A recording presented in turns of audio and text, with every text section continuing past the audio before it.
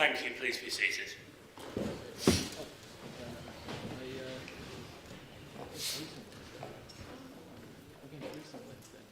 Welcome to this meeting of Oxford City Council on Monday, 24th of March 2025. Please be aware that the meeting is being recorded for the purposes of public accountability. Please also make sure that your devices don't make any irritating noises during the meeting. Thanks very much. Just before we start, a word on the agenda. As today we are in the final days of Ramadan, after consultation with members who will be breaking fast this evening, we've decided that there will be a short 5-minute break at 6:25 in order that members who so wish can officially, as it were, break fast. We will then take a break at 7 o'clock rather than 6:30, so that members who wish to attend prayers can do so. I hope that's agreeable to everybody. Good. The first item on the agenda is a sad one, and that is to hear tributes to former councillor Farida Anwar, who, as members will know, passed away a month or so ago. Farida was the first Bangladeshi member of council and the first woman of colour to sit on this council, and I think although normally we would only hear tributes for someone who was either a former Lord Mayor or who would die in office or who had died in office, I think that Farida's achievements certainly are deserving of recognition. So, are there any members who wish to speak? I can see Lubna, Nigel, Sarge and Altaf. I take it, is that all members who wish to speak? Thank you. Councillor Arshad. Thank you, Lord Mayor. It is with deep admiration and respect that we pay tribute to Farida Anwar, a remarkable leader and an inspiration to so many in Oxford. As the first Bangladeshi Muslim woman elected to Oxford City Council, throughout her time as a councillor, she was a passionate advocate for her community, always standing up for the rights of others and working tirelessly to improve the lives of those she served. Her dedication to public service, her kindness and her unwavering commitment to justice made a lasting impact on Oxford and beyond. Her contributions will never be forgotten and her influence will continue to shape our city for years to come. We honour her memory and express our deepest gratitude for all that she has done. Thank you. Thank you. Councillor Malik.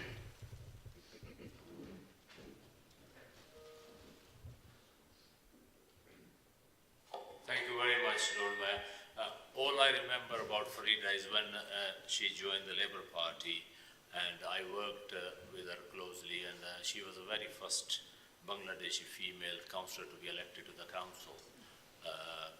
With her husband, she used to accompany to the council meetings, and basically what just Lubna said, so I don't want to add anything else. I echo that which has been said. She was very kind, very helpful, and she was a pretty good role model for her own community, and she done a lot for, not just for the Bangladeshi community, of obviously the people of Headingley Hill and Northway also. Thank you. Thank you, Councillor. Councillor Chapman. Yes, I had the pleasure of a 2-year crossover with Farida. Farida was elected in 2014 in Headingley and Northway ward, and I was lucky enough to be elected 2 years later, so we were co-councillors for a two-year period. I was new to the area. I didn't know many people there, and she was incredibly generous with her time. She took me around, not just to meet, frankly, people of Asian background, but the whole community. She came from a distinguished background. She had served over 40 years in this country, at first as a student, and then having senior roles in social care and in education, both in London and in other parts of the UK. And she brought that kindness and that sense of education and that caring to what she did. And that made a strong impression on me. She particularly liked children. If there were children on the doorstep, she would always connect with them sometimes having some sort of sweets and stuff in her pocket to give out to them. It wasn't electoral bribery, I promise you. It was just being very, very kind. And she connected with people, and she cared passionately about Oxford, about the area where she lived, and particularly she lived in Headley Way for over 40 years by the time she passed away. So she is in our thoughts, and she is both a mould breaker, but more important than that, I think she was a considerate, decent person who we should remember. Thank you. And Councillor Altaf Khan. Thank you, Lord Mayor. I'm not going to repeat what is already been said, but I have known Farida and her husband and daughter for more than 2 decades. And because I lived more than 2 decades in Headington Marston area, so I have known her family in Headley Way very well. I am proudly can say that I have recruited her, and she did join the Lib Dem. Then later she joined Labour, and when she stepped down as a councillor, she invited me at her house, and she offered some samosas. We had a very good discussion about the city, about the politics, and despite her some of the health issues she had, but she was a very brave person and very encourageous lady to go out and do something for the community. And she has been coming to Asian Culture Centre as well to take part in different events. And people may know or don't know, because I've known this family for long. She is also a niece of a former Prime Minister of Bangladesh, and who has also visited Headley Bay when she was in power, in government. So she had links with another Tulip Siddiqui, who's the MP for Labour MP in London. She's also a relative to Farida. So Farida had a very full spirit to do things for the community and for the city. She worked in social services, other places in London, but she liked very much Oxford, and she was very good, a local resident, activist, who is going to be missed. Thank you. Thank you, councillors. Can we please rise for a minute's silence in honour of Farida Anwar?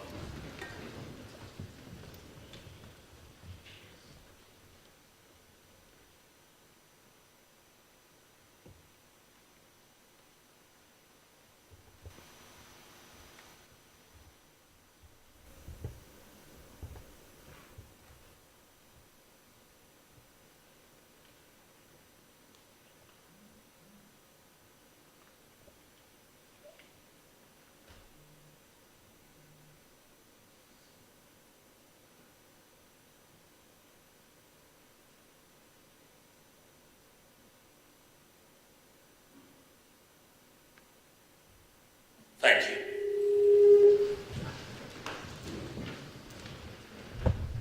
We now begin the regular agenda. Are there any apologies for absence? Jonathan? Thank you, Lord Mayor. We've received apologies from councillors Kay Robinson and Alex Hollingsworth.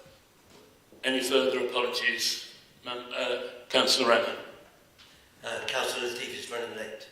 Thank you. Any further apologies? Seeing none, are there any declarations of interest on items on the agenda? Councillor Gant. Thank you, Lord Mayor. I would like, if I may, your permission to declare an interest in respect to my role in the County Council on motions 19B, 19G and 19H. I will leave the table for those items. Thank you, Andrew. And it's good to see that at every meeting you are always interested in the agenda. Does anybody else have anything to declare? I see Councillor Otina. In relation to agenda item 16A, it mentions the Oxfordshire Pension Fund. Part of my income comes from the Oxfordshire Pension Fund. As my late partner worked for the County Council. And I don't know why it's not working. And I'm currently in a relationship with somebody else who works for Oxfordshire County Council, so in a few years' time a significant amount of her income will come from that pension fund. But I've been advised that I can remain in for that debate and vote. Thanks. Is this working at all? No. No, it is. Since that advice has been given, I don't think anybody else who has an interest through the pension fund needs to declare it. Councillor Diggins.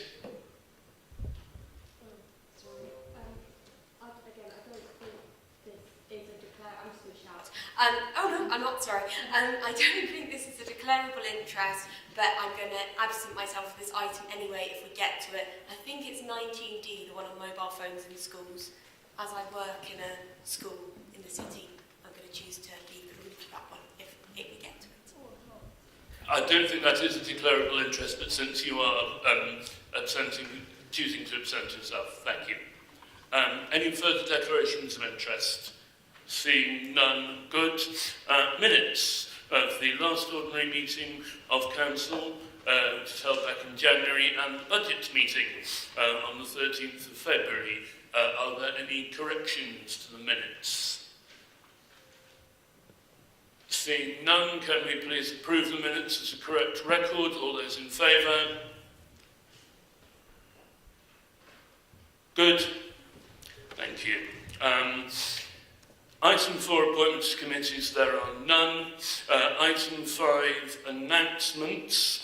I have 2 announcements. I was honoured to be invited recently to the Oxford, on the topic of Ramadan, to the Oxford Centre for Islamic Studies to take part in Iftar and to meet with the Deputy Prime Minister, the Faith Minister Wajid Khan, and the High Commissioners of Pakistan and Bangladesh, and to have a good discussion with them about how much Oxford owes to its diverse immigrant communities and how important that it is for the universities, the council and other institutions to reflect the diversity of our city.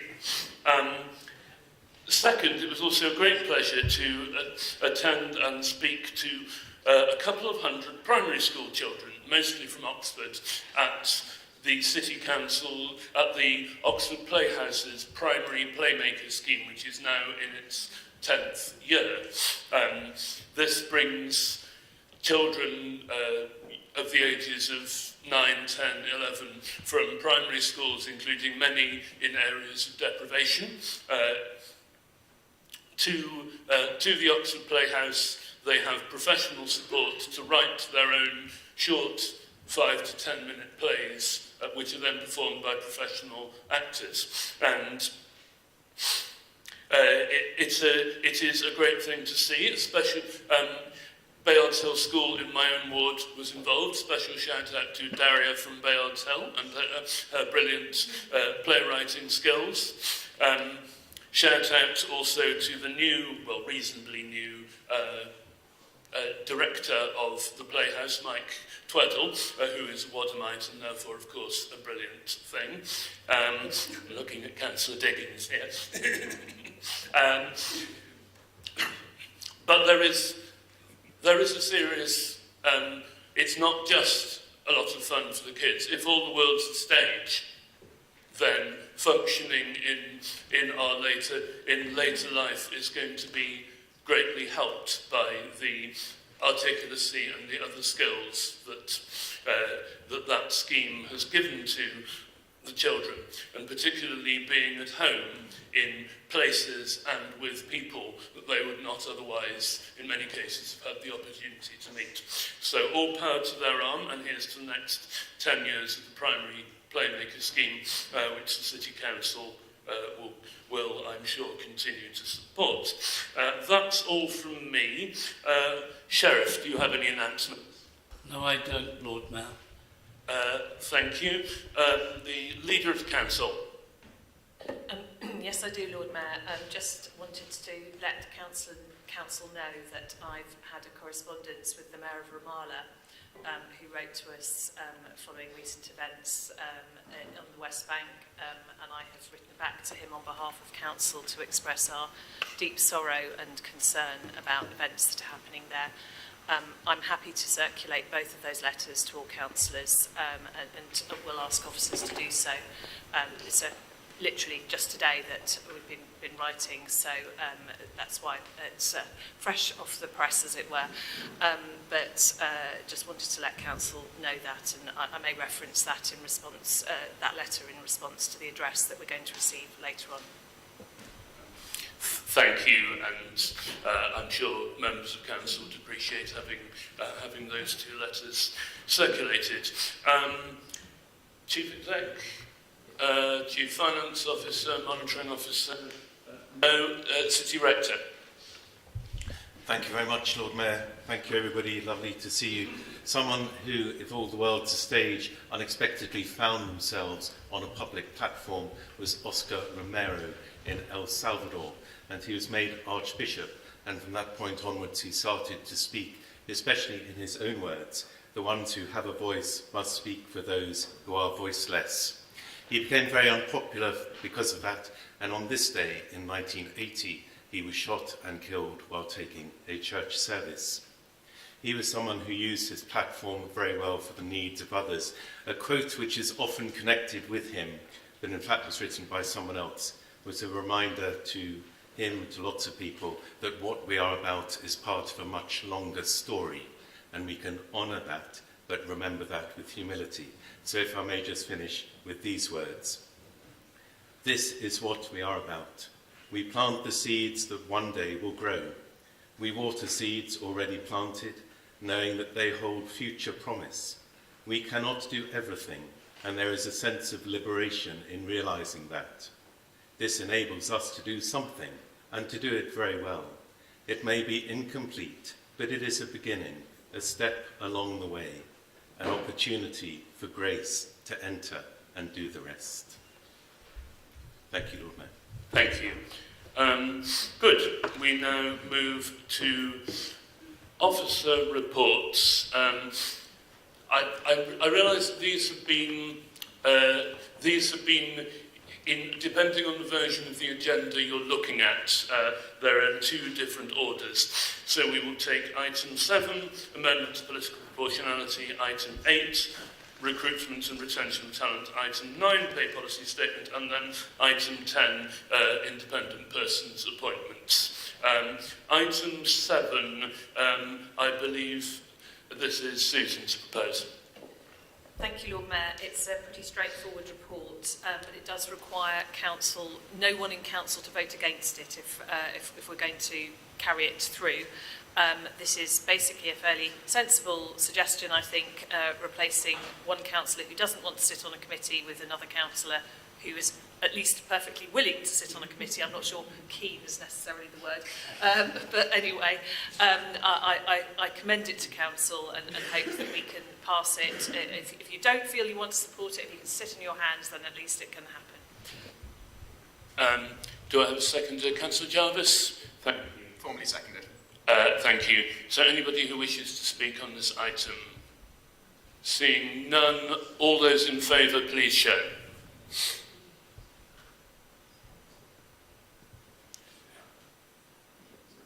Thank you. And the moment of truth, is there anyone against?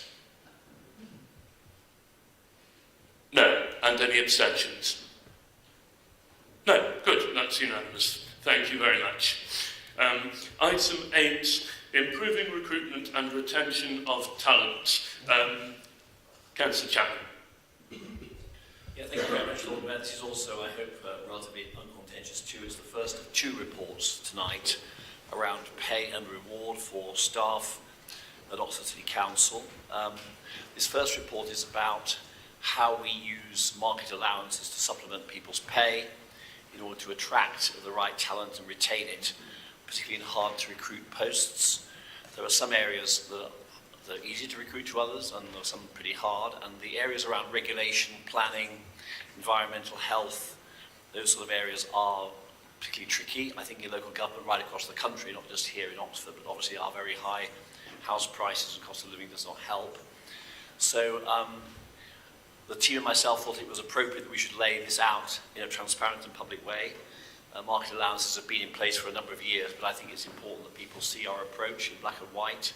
The document is pretty straightforward, as I say, and we will be reviewing it every 2 years, how market allowances are applied, depending upon the situation, depending on how pay is going in the public sector. So I'm happy to answer any questions, but as I say, it's rational, thoughtful, and it's now more transparent, which is to be commended to you. Thank you.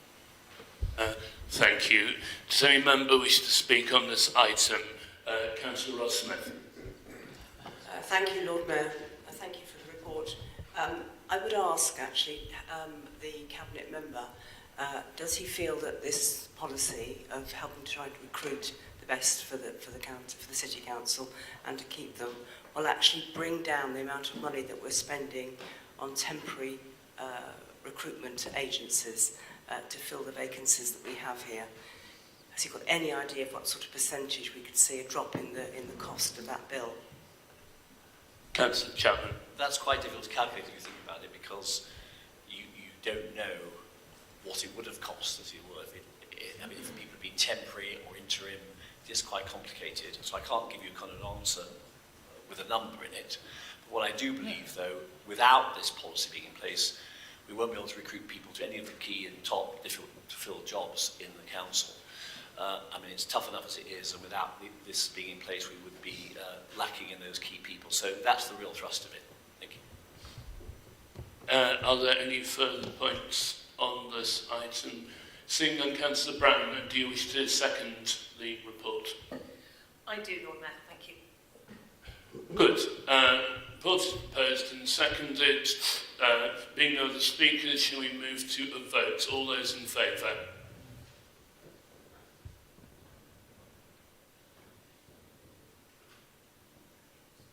Thank you. Any against? None, and any abstentions? Thank you. The report passes. Item 9, the pay policy statement. Councillor Chapman. This is an annual treat for all of us. We have to publish a pay policy statement every year. It harks back to the heady days of 2011. Some of us might remember the Localities Act. Very distinguished minister called Eric Pickles. Anyway, he determined that the council should publish a pay policy every year. This is a summary of the way we pay people within the city council. There's nothing particularly new or surprising in it, partly because we are in the mid-period of a 2-year settlement with staff at the moment, so there's no change in the way we're going about paying people for next year. It's based on that agreement, and that's all I really say. Thank you. Thank you. Councillor Brown, do you wish to second? I do. Thank you. Any members wishing to speak on the pay policy statement? Seeing none, good. Can I see all those in favour?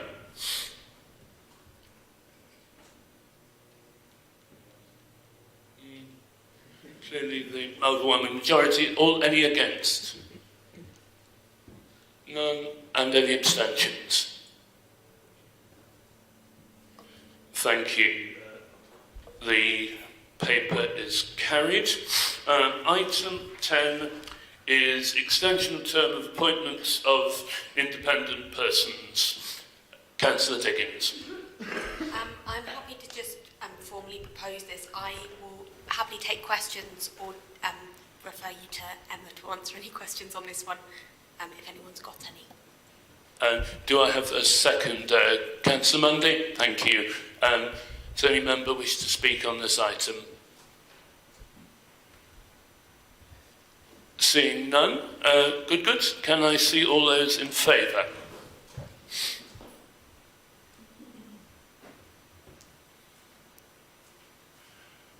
Thank you. Any against? None. Any abstentions? None. That's unanimous. Thank you very much. We now turn to questions on Cabinet minutes, and there are 3 sets of minutes which I shall take in order. Please bear in mind there's a time limit of 15 minutes for the whole item. So first of all, we turn to the minutes of the Cabinet meeting held on the 5th of February. Do any members have questions on those minutes? Councillor Ross-Smith. Thank you, Lord Mayor. Yes, this is a question really that I've actually already put in to council officers, but I haven't had a response. So I thought I'd try and get an answer if I can this evening. It's to do with the grant allocations to community and voluntary organisations for 25-26. And I note all the concerns that were raised by the Scrutiny Committee and reported to the Cabinet.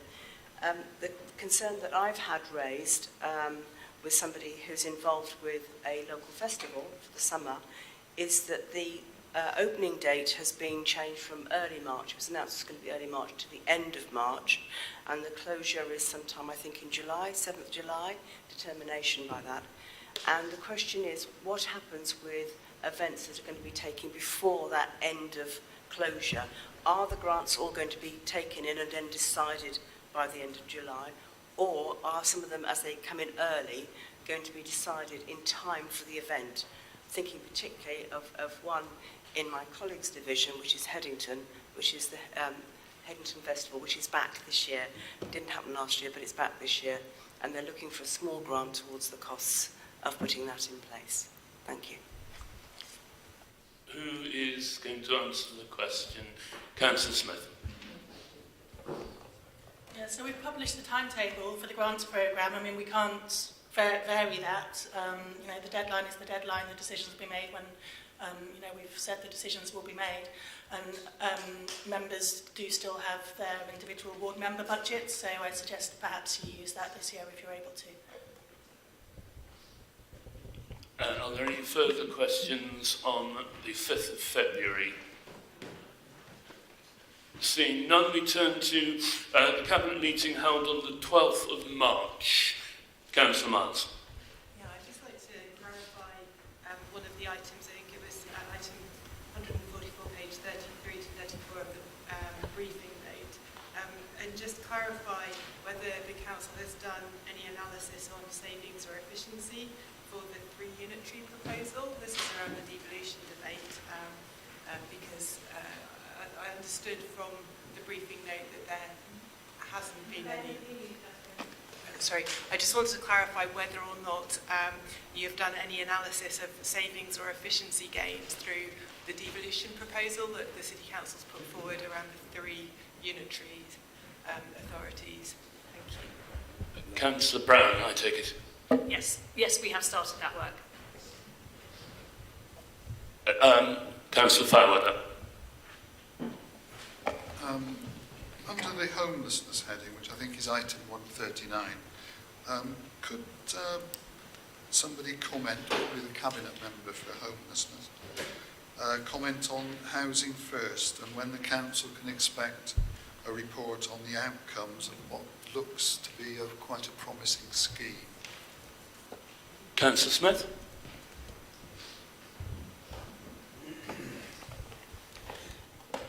Yeah, it's a very promising scheme. It's going well, and it's an area of work we're looking to expand. We're increasing the number of tenancies that we've got using the Housing First model this year. And I would expect that to be covered in an annual report to the Housing and Homelessness panel in terms of an update on where we are with our housing and homelessness strategy.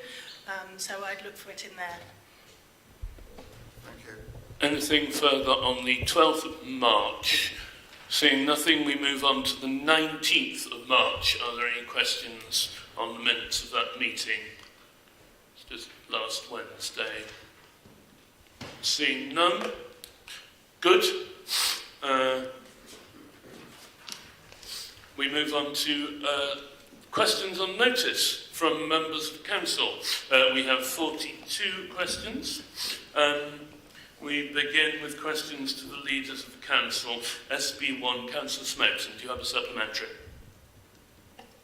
Yes, Lord Mayor, thank you. SB1. Concerning transport in particular, do you agree that this is a matter well served by strong integration and partnership working across the full region? How would you prevent unitarisation from disrupting county transport projects that span wider areas? To give an example, the A40 improvements that concern travel between Oxford and Aynsham and Whitney. Thank you, Councillor Smoten. I think there's going to be quite a few changes to transport as we move into the new era of devolution and local government reorganisation, because obviously the Mayoral Strategic Authority will have a strategic voice in terms of transport. There are always going to be boundaries somewhere, and there will always be need for partnership working between different councils. I think that a unitary Oxford balances very well with a strategic authority across a geography of, say, Oxfordshire, Berkshire and Swindon. I think we would be very supportive of taking some decisions at a strategic level, if they are strategic, but also being able to work in partnership with other local councils and taking our own transport decisions, as we did before 1974 in Oxford. Question SB2, Councillor Hemel, do you have a supplementary? No supplementary, Lord Mayor. Thank you. Question SB3, Councillor Powell, do you have a supplementary? Yes, please, Lord Mayor. Thank you, Councillor Brown, for your response. I share your pride at Oxford City Council is a city of sanctuary. It was a wonderful celebration we had recently. I was very happy to be there. I do want to talk about some specifics of the City of Sanctuary criteria, though. Specifically in the criteria, there is included among them a commitment to work with partners to identify national policy issues in order to make collective representations to government to encourage and enable change. Given this criterion, does she agree with me that it is unfortunate at best that the government have introduced a policy through the changes to the citizenship criteria that does effectively bar people who have lived here for a decade from gaining citizenship on the basis of their mode of entry to the UK in a way which massively disproportionately affects refugees? And will she agree to work with other councils to raise this with national government? I completely appreciate it's not directly under our control, but it's one of the commitments we've made as a City of Sanctuary. Councillor Brown. Thank you, Lord Mayor. I mean, we as a council do not dictate immigration policy in this country, and we have to work within the government's immigration policy, but we do and have and will, I am sure, make representations about various policy areas where we don't always 100% agree. SB4, Councillor Powell, do you have a supplementary? Thank you, Lord Mayor. Thank you very much for the response. It's a linked question. So I completely appreciate the point that it's not under our control and that obviously there are a number of areas where we don't 100% agree. I do really want to pick up on the specifics. Will she join in making a specific comment on the government's decision to change the good character requirement for citizenship and the impact that has on residents who've lived in places like Oxford for a decade? Councillor Brown. I have not had notice of that question, and I am not prepared to make any such commitment. SB5, Councillor Powell, do you have a supplementary? No supplementary, but thank you very much for the update, and I look forward to hearing more about the working groups. We turn to Cabinet Member for Finance, ET1. Councillor Smoten, do you have a supplementary? Thank you, Lord Mayor. So, concerning the scenario that's described in your answer, is there cross-district informal communication regarding CTR schemes? Do we have any idea whether the scenario that has been described is particular to Oxford, or could it be more widespread, since it sounds from the answer as if it has its genesis in ways of working with the DWP, first and foremost? Councillor Turner. That's a jolly interesting and unexpected twist.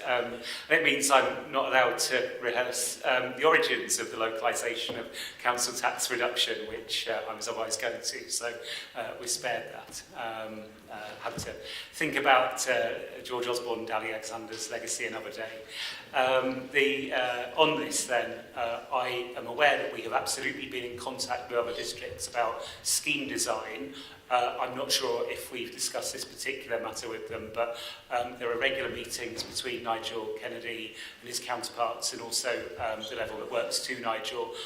And Nigel is nodding vigorously at me, which I think is his way of telling me that he's very happy to table this and raise it with them. We always try and work with other districts to get the best outcome that we can. So thanks for raising it, Chris. ET2, Councillor Sanderson, do you have a supplementary? I do, thank you, Lord Mayor. So in the written response suggests that there may be probate or complex legal disputes that prevent more research and potential compulsory purchase of buildings. So the building that in question doesn't apparently have any issues around this, and the owner is looking at hopefully turning this building into apartments on both her buildings. If you are looking to find out where the owner is, they own and run the Cotswold Lodge Hotel in the Banbury Road. She works at a snail's pace. The building in question has been derelict and in a hazardous situation for since 2014. So I would be very happy to help in any way with introducing you to this person. Thank you. Councillor Turner. Okay, thanks. Well, there was quite a lot there. So where I was coming from in the answer is that we used to have some empty homes capacity. I think that was then something which came out at budget time. I don't think there were any amendments to that, simply because we just found that the way properties were and legislation was, we weren't really able to make great inroads on bringing empty properties back. Legislation's unfriendly, and particularly, and here I've got some sympathy with the law actually, it's difficult to CPO things. It's difficult to CPO things, that the hurdles are quite high, and particularly if it's about somebody not doing things rather than about a regeneration scheme, for example, where you need to take over some land or what have you.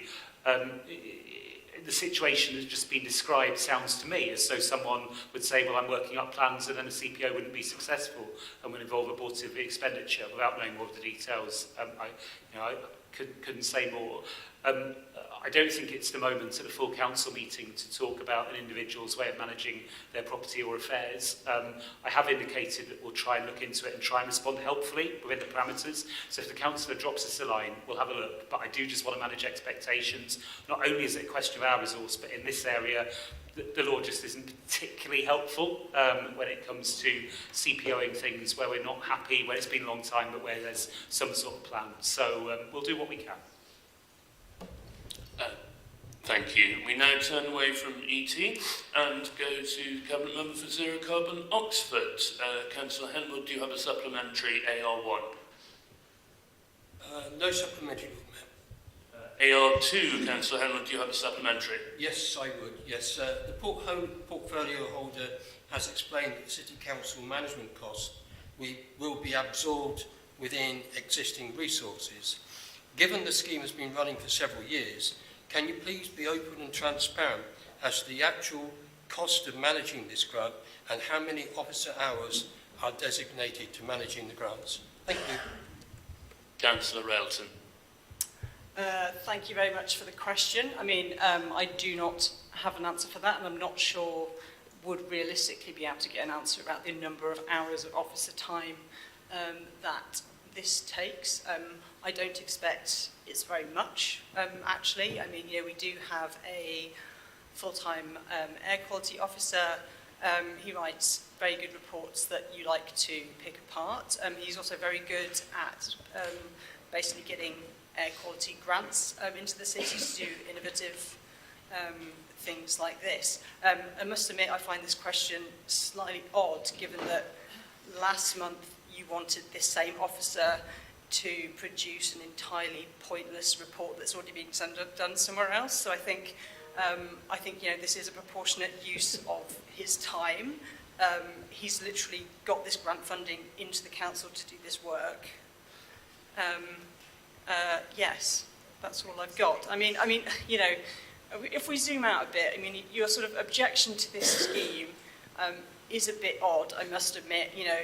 Velocity CC is a business that is Oxford founded, it is Oxford owned, and it is Oxford run. It pays the Oxford living wage. It employs 8 full-time and another 10 part-time workers. The scheme is literally doing deliveries for small, independent, Oxford-owned businesses. And it's kind of like, well, what's the sort of, like, what's the alternative vision here, right? I mean, you know, these deliveries will otherwise be done in a van by, like, gig workers for a company that is definitely not owned in Oxford. You know, it allows loads of revenue to leave the city. You know, yeah, it's just, you know, this is a sort of long list of stuff which you're just sort of against kind of for the sake of it. I mean, you know, any scheme that improves air quality, you're against. You're now against a substation to make like 90 affordable homes net zero. You're against the Cowley branch line and have literally made up a bunch of nonsense about ticket prices. You're trying to stop a bunch of street lighting in a park in Littermore. You're against a learner bike park for kids. You're against gritting pavements and cyclopaths for people. Like, you know, what is the kind of positive vision for this city here? Like, what are you actually in favour of? So I think, you know, yeah. So you're So you're in favour of more vans, more gig economy jobs, less people employed in Oxford on an Oxford living wage, and less support for an Oxford-owned independent businesses. So yeah, truly fantastic stuff, and that's all I've got. AR3, Councillor Henwood, do you have a supplementary? Sorry. Point of order, Lord Mayor. That wasn't an answer to the question. If we're going to have party political broadcasts, I think that we should step in as a point of order for that, please. Thank you for your contribution. Councillor, question AR3, Councillor Henwood, do you have a supplementary? Yes, I do, Lord Mayor. Go for it. Yet again, this is concerned with providing an unfair advantage to a private company and implies that Councillor Railton will not offer a 50% subsidy to struggling private businesses in Oxford because she feels additional light good vehicles are the wrong mechanism to deliver goods. Am I right or wrong? Okay, so Councillor Railton. So this scheme is literally supporting businesses in Oxford. That's literally the point. It's literally the point. Read your answer.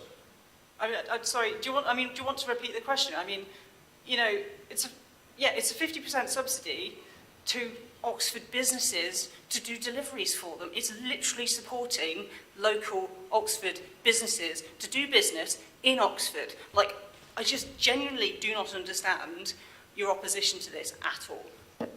It's given an unfair advantage. Thank you. We're not going to let this turn into a dialogue. We're moving on to the Cabinet Member for Citizen-Focused Services. Question NC1, Councillor Miles, do you have a supplementary? So I wondered whether Councillor Chaplin has any data on how many times ODS has reported problem spots for littering outside the cafes with pavement licences, which is a breach of the pavement licence condition. And if there isn't this regular reporting, or is no evidence of reporting, should we look at an alternative approach so that ODS can feed back to the business regulation team identified hotspots where this is a problem, because it's passing on costs to the City Council, having to clear up cigarette stubs and other litter if the cafe owners are not managing this appropriately. Councillor Chapman. Thank you very much, Councillor Miles. Well, as I've explained the process clearly in my answer, I do not have at my fingertips the number of times which an ODS operative cleaning the streets of the city centre has seen cigarette butts around various cafes and tables and chairs set out for people's enjoyment, but I will endeavour to find her a fuller answer. NC2, Councillor Muddyman, do you have a supplementary? No, thank you. NC3, Councillor Stairs, do you have a supplementary? Yes, I do, please. Thank you for your response, stating the necessity for a substation on the Railway Lane Littlemore development was noted in 2023. Can you explain, whilst not included in the original planning of 2021, this appears in the variation condition 2 regarding the inclusion of a substation. It wasn't submitted until February 2025 or made public, and why there appears to be no public consultation despite this being a National Grid guideline? Councillor Chapman. Well, that's a very, very erudite and technical question, which I do not have the answer to at my fingertips. So I suggest I go off and find out more about it. Thank you. Thank you. We now move to the Cabinet Member for Business, Culture and Inclusive Economy, who is not here. Is anybody willing to take any supplementary question? I'm happy to try if anyone has any supplementaries. Thank you. Question AH1, in that case, Councillor Powell, do you have a supplementary? No, thank you, Lord Mayor. And AH2, Councillor Powell, supplementary? No, thank you, but I will pick up with the Cabinet Member over email. Thank you very much. We move, therefore, to Cabinet Member for a Healthy Oxford.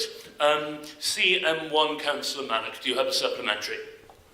Yes, I do, Lord Mayor. Well, I don't really prefer to bring same question again and again to the council, and I think that you and the council will appreciate.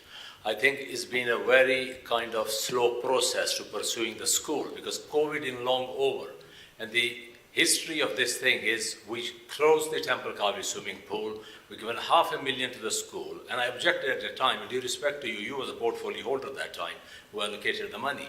And the issue here is community is losing out because nobody is there to use it. My residents call me when we're going to have the access to this facility, and they cannot. I think they got to be either is less interest from the officer side or the administration side. What I would like to do is we look into our legal action, legal agreement, and if they're not allowing the public access, we should take some legal action. That is mine. Would you able to take the legal action against the school about taxpayers' £500,000 we're giving them? Councillor Munkonge. Thank you, Saj. I do apologize for taking so long to resolve this issue. Yes, we have communicated to the teacher. We are waiting for the response. Depending on the response we get, we'll explore our legal option. Thank you. Question CM2, Councillor Roll, do you have a supplementary? Yes, please. Thank you. Thank you for the response. It is great progress and great to see. My question is, will the Cabinet Member agree to looking into getting free period products also in public toilets as per the motion passed in 2022? And could also just be clarified and confirmed that sanitary bins are provided in all toilets, including men's disabled toilets and other non-gendered specific toilets? Thanks. Councillor Munkonge. Thank you. I'll start with the last one. First, I believe the bins are provided in all the toilets and the community centres. Our work on this, as you know, there's been a change of portfolio orders since 2022. This now falls in my brief, so I'm keen also to explore the options, including the cost involved and working with our closest partners. Thank you. CM3, Councillor Powell, do you have a supplementary? No, thank you, Lord Mayor. And CM4, supplementary? Yes, please. Thank you, Councillor Munkonge, for the response. I and many residents appreciate the prompt action taken. I note in the written response, you highlight that the County Highways team had changed their response and that earlier engagement would be one of the lessons learned. I guess I'm just wondering, what sort of form is that earlier engagement likely to take? Because obviously when this proposal was going through, we saw more than 200 residents put forward concerns. This obviously is something that's caused local communities a lot of stress, taken up a lot of time. So it'd just be great if you could elaborate a bit on how you will ensure that we don't end up in this sort of situation again. Councillor Munkonge. Thank you so much. I appreciate this question. First, I must emphasize that this council takes health and safety so seriously. The issues of safety did arise some time back, so we did seek clarification and authority from the county council, both informal and formal. So going forward, what we're saying is we start at the earliest stage to engage with other consultants, and in this case, the county council. That can also extend to other consultants. Thank you. Thank you. We now move on to Cabinet Member for Housing and Communities. LS1, Councillor Fairweather, do you have a supplementary? No. LS2, supplementary? No. LS3, do you have a supplementary? No, only to say thank the Cabinet Member for the details given in the answers. Thank you. We now have LS4 seems to be missing. Is that deliberate? Do officers? Okay. There isn't a missing. As long as there's not a missing question, in which case we have LS5, Councillor Jafari Marbini. Do you have a supplementary? No, thanks. And LS6, do you have a supplementary? No, thank you. LS7, do you have a supplementary? No, thank you. And finally, LS8, do you have a supplementary? No, thanks. Thank you. LS9, Councillor Yatesman, do you have a supplementary? Yes, please, Lord Mayor. Could I ask that the council consider an advice centre to support the residents of Littlemore and Cowley at Temple Square or at the Arctic at the venue? They're soon to lose the Barclays local actually coming out of the Arctic. They've served notice that they'll be coming out of there, so there will be availability 3 days a week in the morning there as a venue, which I think it would help support the communities of Littlemore and Cowley to have something based there for them. Thank you. Councillor Smith. Thank you. Yeah, I mean, obviously the City Council doesn't sort of run advice centres directly. We do fund them, including the Rosehill and Donington Advice Centre, which isn't too far away. So if you've identified a gap and you know that there is a need for advice services that you've identified, then I'd be happy to facilitate discussions with them about how they or one of the other advice centres might perhaps be able to step into that space. Thank you. LS10, Councillor Jafari Marbini, do you have a supplementary? No, thank you. Thank you. We now move on to the Cabinet Member for Planning, LU1, Councillor Henwood. Do you have a supplementary? Yes, I do, Lord Mayor. Diverting sewer receipts from Littlemore Blackbird Leys to fund the Cowley branch line puts Littlemore and Blackbird Leys at risk in that the critical infrastructure that they may need in the future may go missing because money is being diverted towards the Cowley branch line. Could the portfolio holder explain to me why a risk assessment has been made to the public and why the poorest communities in Oxford are funding the Cowley branch line? Councillor Upton. Thank you. I think you've missed the fundamental point that having the Cowley branch line will enable there to be far greater still receipts because there will be denser build-outs along beside it. So in fact there will be more sill generated than there would be without it. So this actually will be a net increase in the amount of sill that will be available for Littlemore and indeed for the entire city. LU2, Councillor Henwood, do you have a supplementary? Yes, I do, Lord Mayor. So an adult single bus fare from Blackbird Leys to the city centre is £2.50. A train journey would terminate at the railway station and an additional bus would be needed into the city centre, costing a further £2. Given that the transport operator hasn't been identified, how does the portfolio holder know that train tickets will be likely cheaper than bus tickets? Councillor Upton. Well, you've hit the nail on the head, haven't you? We haven't, the provider of the rail service has not been identified, so we have no idea what. So I'm not sure why you keep asking this question about how much it's going to be, because obviously we don't know. But what we've said is the assumptions we're making is that it will be roughly the same as the Oxford Station to Oxford Parkway, which is about the same distance. So we can only work on the assumption that it'll be something like that. Indeed, you will still be. Of course, we have no firm idea. We can just give you our best estimate. LU3, Councillor Henwood, do you have a supplementary? No, thank you very much. Thank you. LU4, Councillor Smoten, do you have a supplementary? No supplementary, thank you. LU5, Councillor Miles, do you have a supplementary? No. LU6, Councillor Jafari Marbini, do you have a supplementary? No, thank you. LU7, do you have a supplementary? No, thanks. And LU8, do you have a supplementary? No, thanks.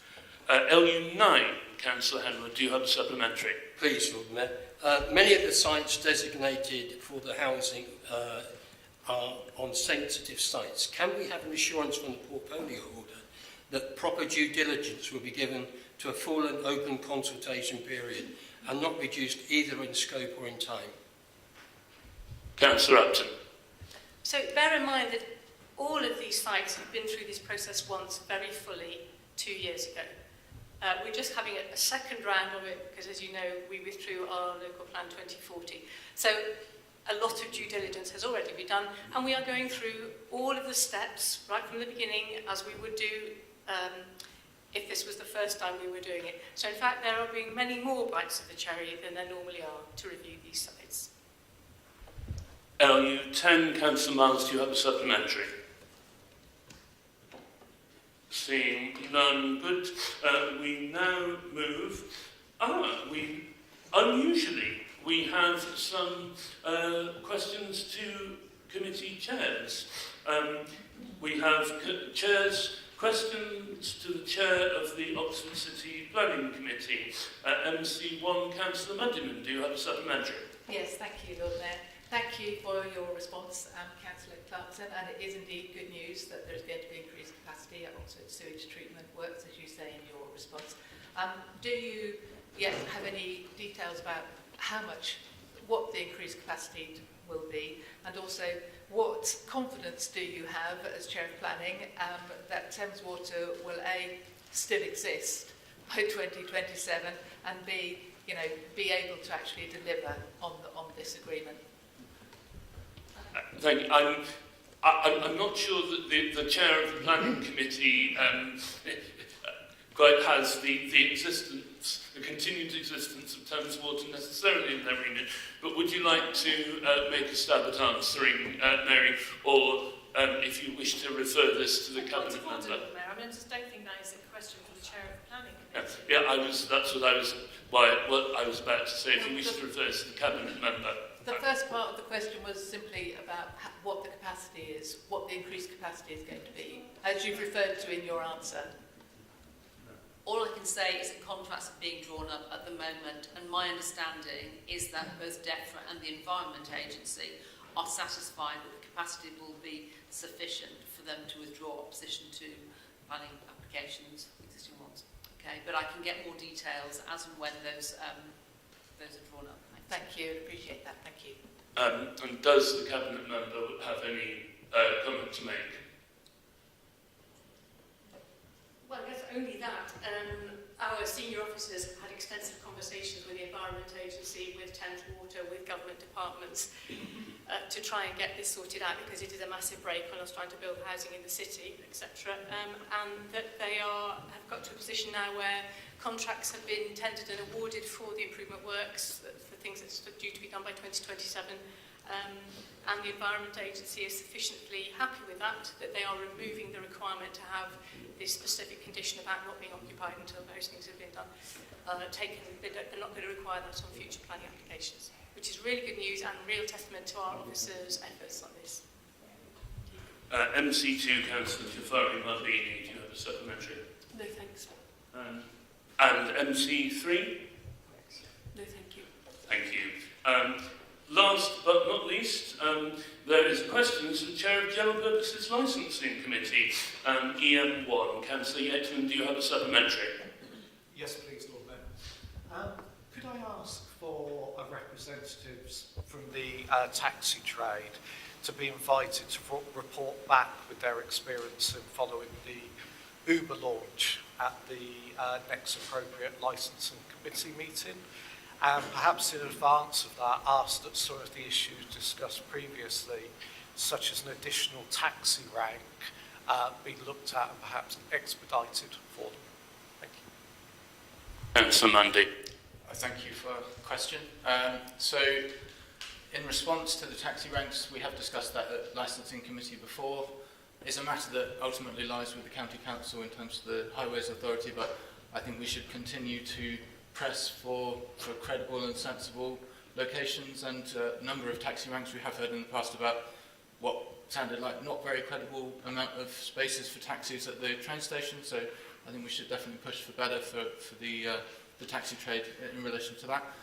In terms of inviting, I take it a member of COLTA, for example, to speak at licensing committee, yeah, absolutely. Thanks. Thank you, Councillor Mundy.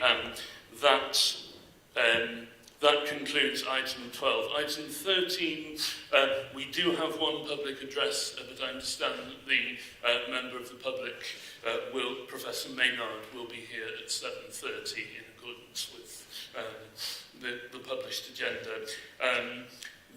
Item 14, there are no outside organisation or committee chair reports and questions for this meeting, so we move to item 15, which is the Scrutiny Committee Update Report. Councillor Martin. Thank you. So you have the report before you. Just to summarise, the Scrutiny Committee met twice during the reporting period, which was from the 29th of January, we met also on the 3rd of March, and each of the three panels met once. There were 8 substantive items that were discussed, just to highlight a couple: the equalities update, for instance, and also the City Council's annual business plan, and the adult exploitation and modern slavery update. The committee presented Cabinet with 14 recommendations, 10 of which were accepted. 1 was accepted in part and 3 were rejected. I would like to draw your attention to the fact that there was extensive discussion on the equalities report. Concerns were raised by Cabinet that we spent a long time discussing this, but we didn't go over time during that meeting, respecting officers' time and also the amount of time that we are allowed to discuss such items. But I think that the committee members felt that they had discussed that adequately in the time that we had for the meeting. There was important work that was presented from also the housing team, and they presented to one of the panels as well, and just want to thank them for the work on that. With the panels, they collectively reviewed 9 substantive items. The climate housing panel submitted together separately, but in aggregate form, 6 recommendations to Cabinet, all of which were agreed. I'd just like to thank everyone who participated in these processes, from the officer and Cabinet side as well, presenting, and to all the panel and scrutiny members. Thank you very much. And for more information on the recommendations and responses, you can see the report. Thank you very much. Are there any questions or comments on the report? Seeing none, thank you very much, Councillor Miles. Thank you for your excellent chairing of the Scrutiny Committee over the last year. That concludes all the parts of the agenda that we can deal with apart from the motions. Now, members will be aware that motion A, for motion A, we have a public speaker who has... Yes. Yes. For question A, motion A, we have a public speaker who has considerable expertise as a doctor with Medical Aid for Palestinians, a highly respected organisation, and it is important that Council hears him before discussing the motion. What I would propose that we do, therefore, is go one down the list and begin discussing motion B, but with the proviso that when we return and have heard Professor Maynard, we will extend standing orders if necessary to make sure that motion A is fully discussed and a resolution is reached on it. Are members agreeable to that? Councillor Gant. Sorry to interrupt you, Lord Mayor, but just to say, when I declared an interest at the beginning of the meeting, I think I omitted to include 19C in my list, which I'm also advised that since I have collective responsibility for a different proposal from another council, I've also been advised to recuse myself from that one. So with apologies, I will do that. Thank you very much, Councillor Gant. Other than that, do councillors have any objection to the procedure that I've proposed? No? Good. In which case, let's begin for the time being with motion B, which is in the name of Councillor Salih Malik. Councillor Malik. Thank you. To start with, I think Lib Dem put their amendment, so I'll accept that. So I can propose that. In my ward of Temple Cowley, we have got about 40 bricks and mortar small businesses. We have got the heritage business of Smith & Lowe, Panda House, Holloway Auto Part, Road Performance Motorcycle and Crescent Road Garage. Two of them have even been there since the 1940s, handed down from father to son. I know most of the business owners, and they all tell me they are worried about what's going to happen to the trade when the traffic filter goes in. I have bothered to ask them, what do they think? How many of you can say you've done the same? This obviously provides the other county councillors, etc., the other councillors. The business in my ward are already facing pressure because trade was affected by the LTNs. Then they have got the cost of living crisis on top of that. They already don't trust the council because the way they were treated when the LTN was forced in, adding the extra worry of what goes on to happen when the traffic filter goes in and just cruel.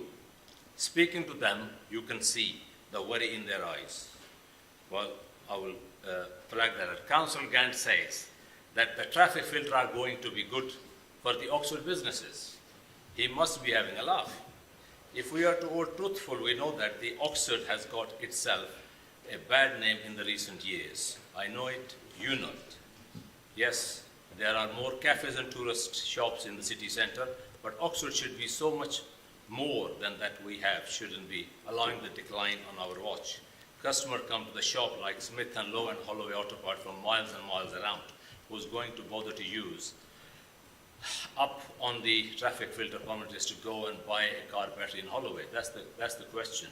Because if any of you have been to Smith & Lowe, you can find anything you wish to have, and they have got it. They are really fed up with being told by the councillors with no business experience that they need to calm down and that the council traffic restrictions are going to be good for business. The business owners knows best. This is just gaslighting them. What I want to know is, does the city council have any kind of plan to protect these businesses when the traffic filter goes in? What needs to happen is the city council need to work on the proper plan for an economic impact assessment of the traffic filters on Oxford small businesses. This need to be more than a dry data of credit card spent on measuring footfall. We need to be holding meetings with them and speaking to them face to face. They need to be one who decide how impact is measured. It has to be a bottoms up, not top down thing. We owe it to them. It's our job to have their backs. I'm proud of them, and so you should be. I recommend the measure. Thank you very much. Thank you. Second, Councillor Zant, do you wish to speak now or reserve your right?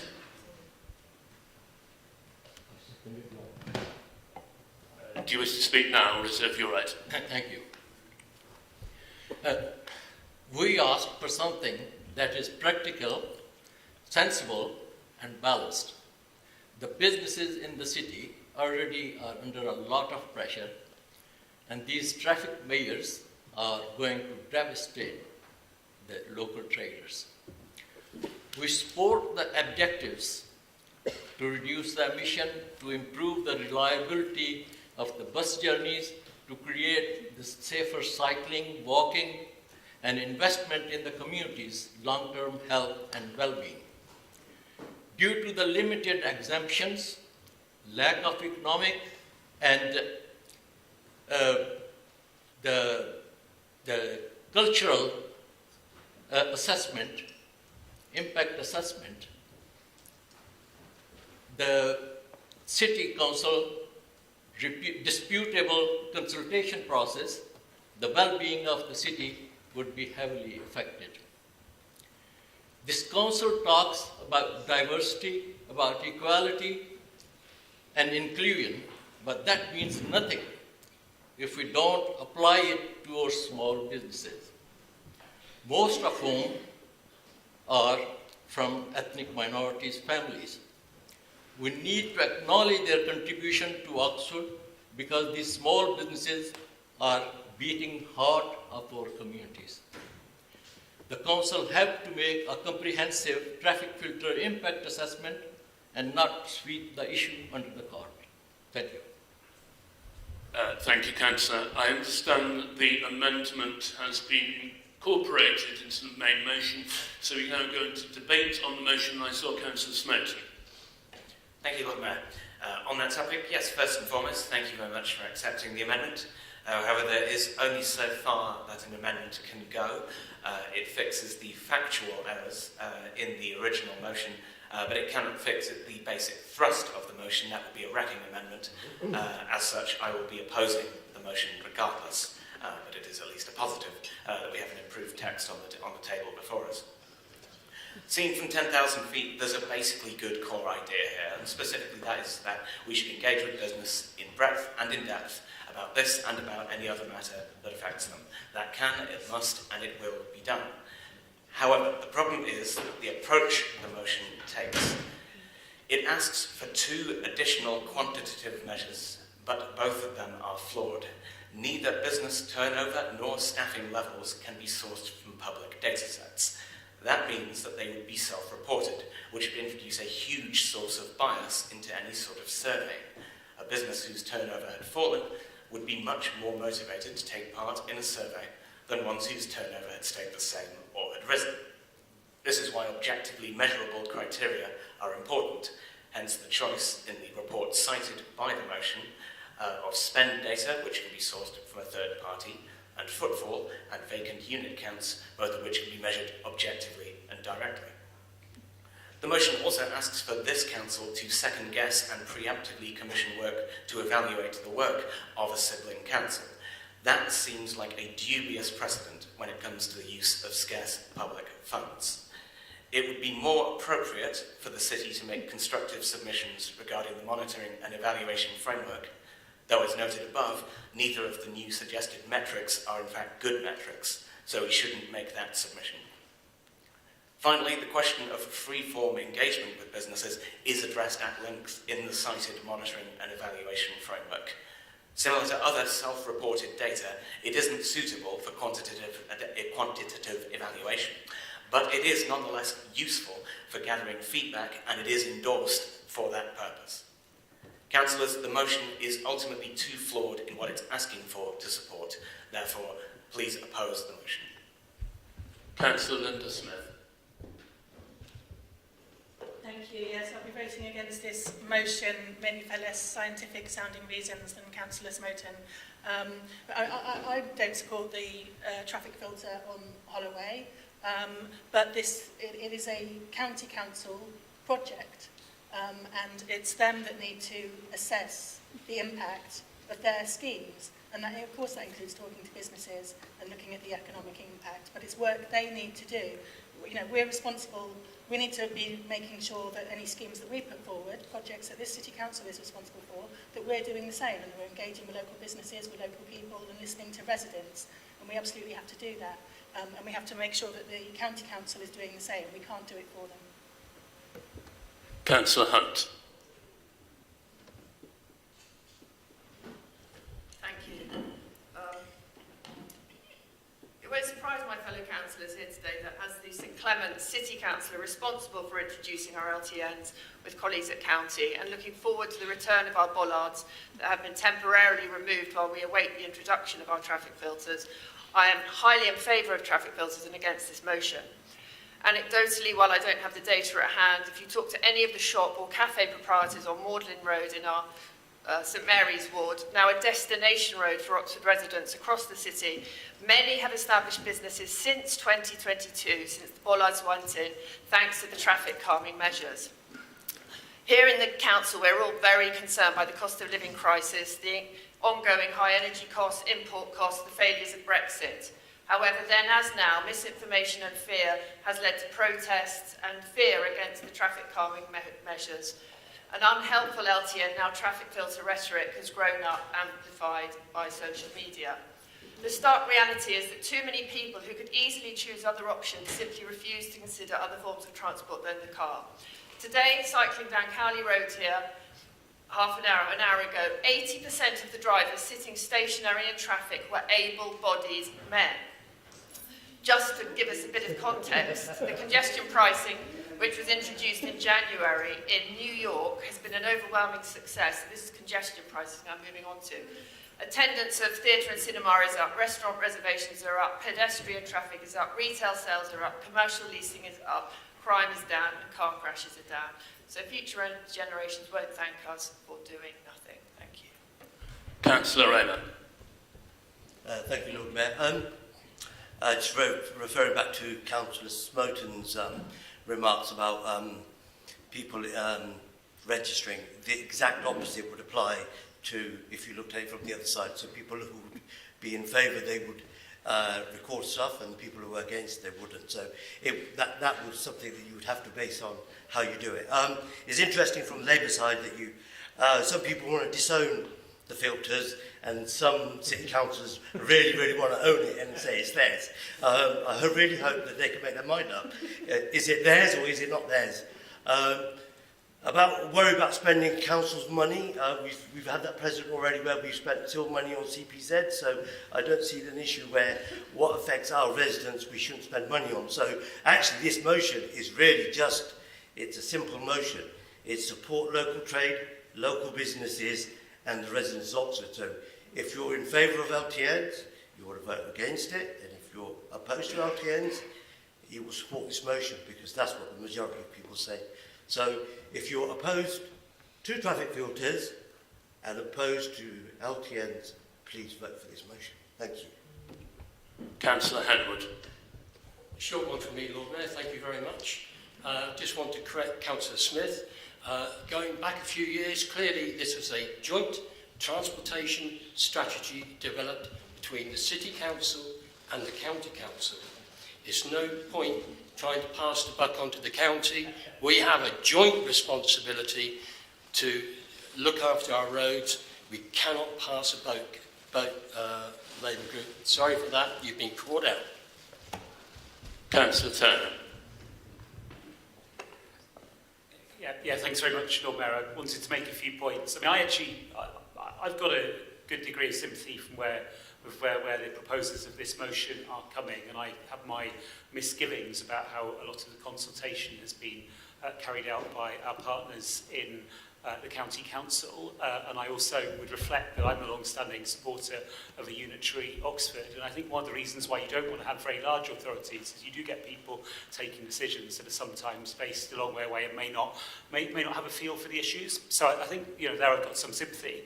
I think also we kid ourselves if we pretend that these are easy issues. I would be surprised if everyone had an identical view to the one that they had a decade ago, before any of these things came in. I remember a degree of openness and indeed support for some of the measures from some of those who've spoken most passionately against them in the debate. I mean, but that's fair enough. You live and learn, you listen, you discuss things with people. We face real challenges in Oxford, let's be honest, with our congestion, with the rising volume of traffic. Easy answers aren't there. Now, I know my Labour County Council colleagues would say that these traffic filters are timed out. If you like that decision, it needs to be revisited. And I would like to think that they would then do exactly what's being described by Linda and engage properly with businesses and local residents. If that decision, if the county was wisely to decide to revisit it. But let me make perhaps a couple of other points. One is this does ask for some activity, and really the time to do that is not now by way of council motion, it is when we set our budgets, because inevitably with scarce resource and scarce officer time, if we do one thing which costs time and money, we can't do other things which cost time and money, and that involves prioritisation. And there might well be things which we want to consult on, we want our officers to be pursuing, which couldn't happen because instead they're doing this. So the right moment really is the budget process. We run that openly and transparently, and people put forward amendments, and then there are amendments that came through from all different sections of this council that got agreed at that time. So I think that's the way to do it. I would also remind the councillors that actually we've done something quite good in extending support for businesses and some of the liaison with businesses, specifically to businesses outside the city centre, so that they can get some of that service. And I dare say at the very least, if there's more consultation, then the officers doing that strand of work, which is funded, which is in there, can make sure that they're well aware of what's going on so that they can feed in. So, you know, I can't vote for this. Actually, mainly on that point of the sort of budget principle. I think if we do things which cost time and money, we need to have money allocated to it, and we shouldn't be doing it through council motions. That's not to say that I'm in love with every aspect of what the county council proposes on transport. I think we've all been on all sorts of different journeys on this. There are a wide range of views, as we've heard in this debate, and I hope that can be taken on board and we can be respectful in the way we talk about it. Thank you. Thank you. I have on my list, another hand has just gone up. I have Councillors Upton, Morris, Martino, Stairs, Ligo, Miles and Foulweather. Is there anybody else wishing to speak? No. Okay, I will in this case draw a line under the list there, and since it is 6:25 we will take a break of 5 minutes or so so that councillors can formally break their fast. Thank you.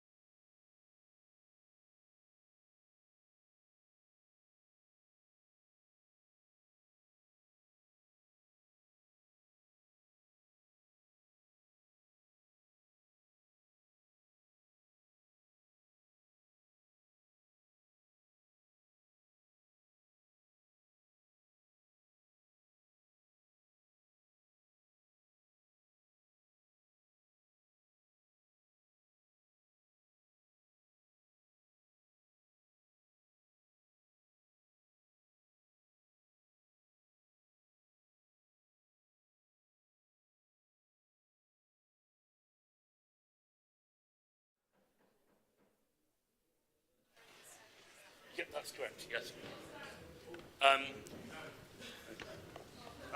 All members to order, please. Thank you very much. We will now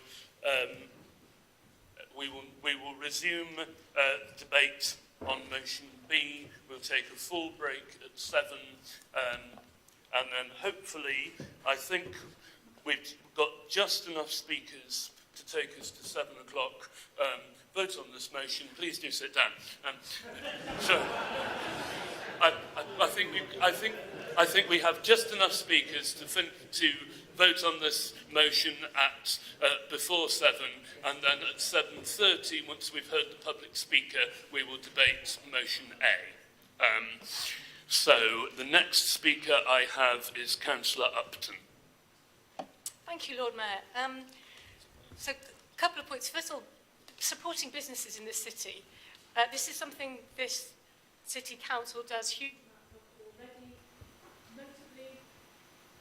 notably through Talk of the Town, but also all sorts of, I'm thinking also of the promotional videos we did for various businesses on social media and things like that. So I think our support for businesses is unquestioned. But coming to the main subject of this motion, congestion in this city has been terrible for years. Long before we've ever heard of LTNs, it has been terrible. So, of course, we have worked with the county council to try and reduce congestion in the city. Of course, we've tried to engage with them over the schemes. Congestion, is a killer for bus services. It's bad for everyone who has to sit in a traffic jam. It's really bad for air quality. It's bad for people walking and cycling alongside queuing cars. But let's be very clear who the Highways Authority are. It is not us. Okay, so why would we spend money evaluating something that we are not responsible for, which certain groups here think is going to be good fodder for their leaflets? Why would we do something like that about a scheme we cannot change? We have no power here. We can't change anything about the scheme as a result of this survey. So I just believe it would be utterly pointless for us to engage in this survey. Councillor Morris. Thank you, Lord Mayor. I think it comes as no surprise to anyone here that I'll be voting against this motion, and I think we can at least say that there'll be some consistency among my Green Group colleagues as well. However, I also share many of the concerns that have been expressed by councillors of different parties on this issue, particularly around issues of disinformation and the way in which facts have often been distorted to serve political interests. Nonetheless, I also want to share my view that I think everyone is an expert on their own lives, and we shouldn't be ignoring or minimising the views of small business owners. However, we must also be aware that small business owners are not necessarily economic experts, let alone public health experts. And so their views aren't going to tell us everything that we need to know, for example, about the role of inflationary pressures that come from macroeconomic issues affecting these issues. And in many ways, Oxford has bucked the national trend, as evidenced by the increased footfall and spending that, curiously, the motion seeks to minimise or distract from. So, in that spirit of saying that everyone is an expert in their own lives, I think we also need to ask the question, why would we specifically survey small business owners and not all of our residents, including those who we regularly hear from who are very pleased to see improved road safety, feel safer for their children playing on the street, asthmatic people who can finally breathe more easily, and all of the benefits that we often hear about in our inboxes across this chamber. So I just have some questions around the way in which this issue is being framed, and I hope that those who are proposing this motion and others like it think carefully about whether disinformation might be something that they are playing a part in, and whether we can even collect reliable information while these kinds of myths around the effect on local businesses is being disseminated in this place and elsewhere. Thank you, Councillor. Though I think you stayed the right side of the line. Can I caution members that we don't accuse each other of spreading disinformation or untruths in the chamber unless we have concrete evidence of that. But I think you stayed just the right side of the line there, Councillor Morris. Councillor Teagan. Yeah, I mean, I would be happy to support a motion calling for the County Council to engage with small businesses in any way possible, including the ones you've listed, about the impacts of the changes that have happened in the city in the last few years and might be happening. But that's what it isn't asking us to do that, it's asking us to do that. I mean, I'd also be happy if it was asking the County Council to pay us to do that. But I just didn't understand where you think the sort of money and officer time is that is lying around that needs to be spent. Certainly in my ward, there are so many things that we could be spending money on, improving our parks, picking up more litter, giving more money to advice centres, that we should take money away from that to write a report that I don't believe that the people who are making decisions of will take any notice of. You know, 2 meetings ago you called for rents not to be increased, but without any understanding of how we would therefore be able to maintain those buildings and repairs and build new buildings. Your group didn't put forward an amendment to the budget, which would have been the proper way to do this. In fact, the member that was here voted against the budget, but made no contribution to make any other suggestion. You know, this motion needs to be directed to the County Council, and if you were doing that, you would most likely have my support, but it's a waste of our resources and our officers' time, which is much needed in so many areas, particularly in my ward, so I have to oppose it. Councillor Stairs. I'd like to take Councillor Hunt to task on a comment, able-bodied men in their cars. How do you know? We all know many disabilities are invisible, especially when sat in cars. And even then, you don't know the needs of their car. So here it is again. The people of this city are being judged by those who think themselves apparently more superior. And I say on behalf of them, how dare you? Councillor Ligett. Thank you very much. And I agree with Councillor Linda Smith and Councillor Ed Turner's comments earlier, so I won't repeat. And again, I've asked several times the County Council do need to engage with small businesses, and I don't think they have done as well. But for factual information, I've been consistent for over 4 years. In October 23, said it was time for a rethink of LTNs and traffic fitters, and have reiterated this many, many times. And it's time to rethink this outrageous transport policy. It was an experiment in causing nothing but traffic, including tailbacks on Marston Road, Headington Hill, Morals Avenue. Strength comes when knowing when to stop. A different approach is obviously needed, but I doubt whether the County Council administration will listen under the Lib Dem Green administration. Many residents in Marston have complained several times about the congestion and impacts on the bus timings. This has happened since the traffic policy was put in as well. There is different ways of doing things. They haven't done it. And again, I ask people to then contact the County Council and raise these concerns because it isn't working. Yes, we've had traffic over the years, but it has got slightly worse, or if not more, since the LTNs were introduced. Thank you. Councillor Miles. Thank you. So, whilst I will be objecting to this motion in the spirit of consensus seeking, I think we need to also focus on what we agree on rather than what we disagree on. And I'd like to refer everyone to the Scrutiny meeting where we discussed recently support for locality-based businesses, not only in the city centre but outside the city centre, in the district centres, but also to these smaller economic hubs or rows of independent shops. I think we all agree, and we agreed in the budget meeting, that it's important to extend support to small businesses and hear their views against the complex economic background and changing retail habits. But we also must be careful to acknowledge that small business owners will have diverse views and perspectives. Not everyone's going to have the same view. There isn't one unanimous opinion of view. Local businesses are crucial to our economy in Oxford, and getting as many customers to access these businesses as possible will be a good thing. But many people already walk and cycle to the shops, whether that's in Summertown or the Cowley Road or Littlemore. People do that already, and what the traffic filters are going to do is enable more people to travel more quickly around our city, and so we mustn't forget that. It will make a city a nicer place to live in many places, but also make it more accessible for people who don't live in our city to be able to access the shops, and that will be good for business too. So we'll be able to reallocate the space for economic activity. We'll have more pavement terraces, for instance, where you can buy coffees and sit, and that will attract more people to all of the shops offering diverse shopping experiences. So let's not forget what the vision is, and also let's focus also on what we agree on rather than what we disagree on. We want Oxford to be good for business, and this is going to be part of a way of helping us get there. But I will be objecting to the information, as I mentioned. Thank you. Councillor Farida. Thank you, Lord Mayor.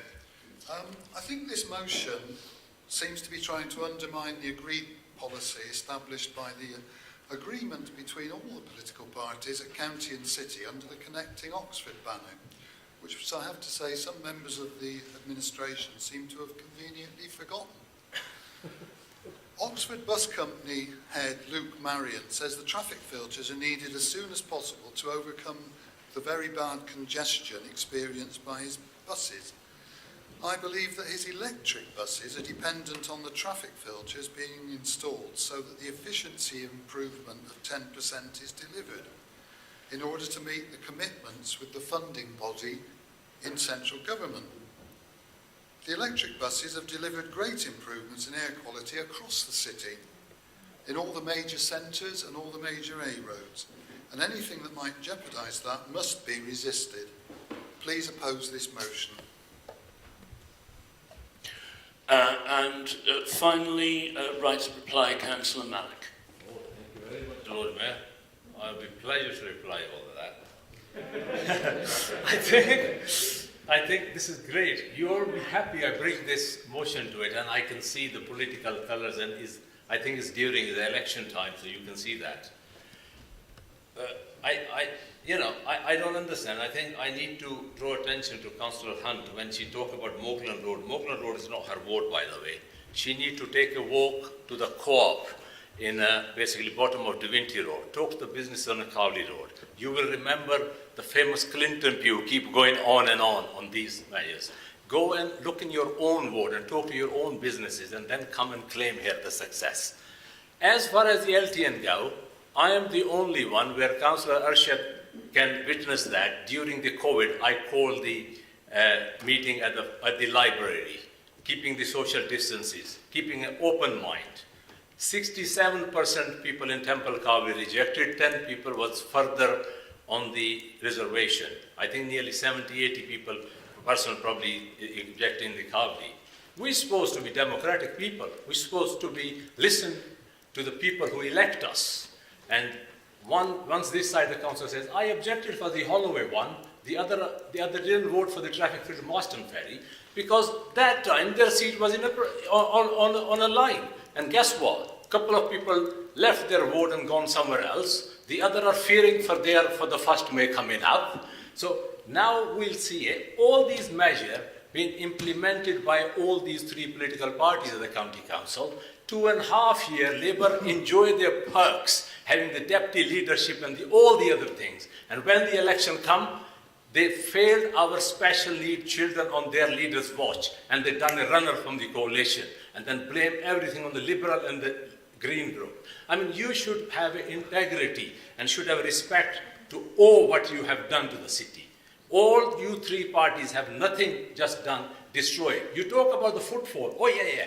This is where always Labour administration has gone on the footfall, because we're lucky to live in a city. It's a privilege to live in Oxford, where all the historic buildings and the old colleges are.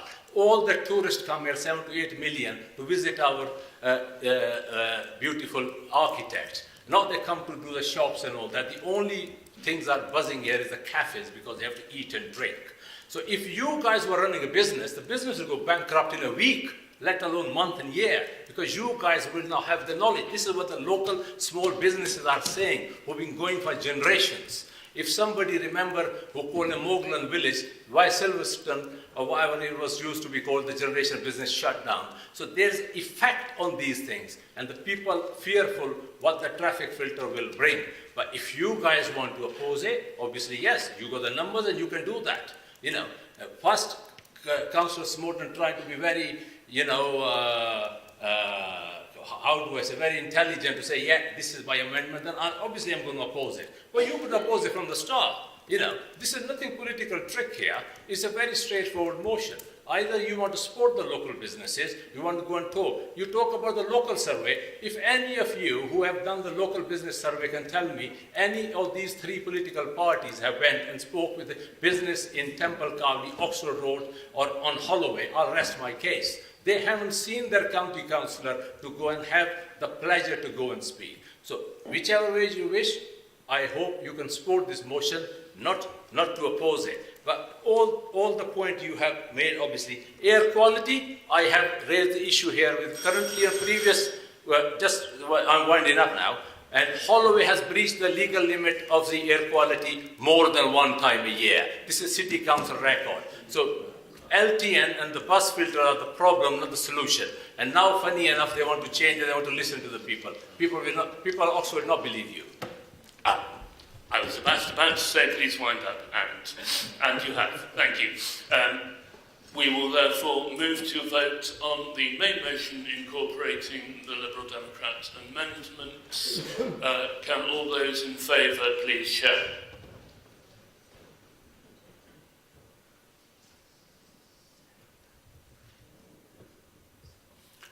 All those against?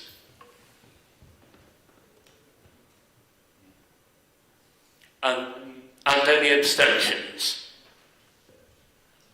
Thank you, the motion falls. We now, we have about 10 minutes to go before we're due to break.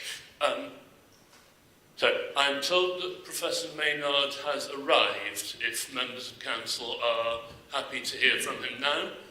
I think that's assent. We'll hear from Professor Maynard.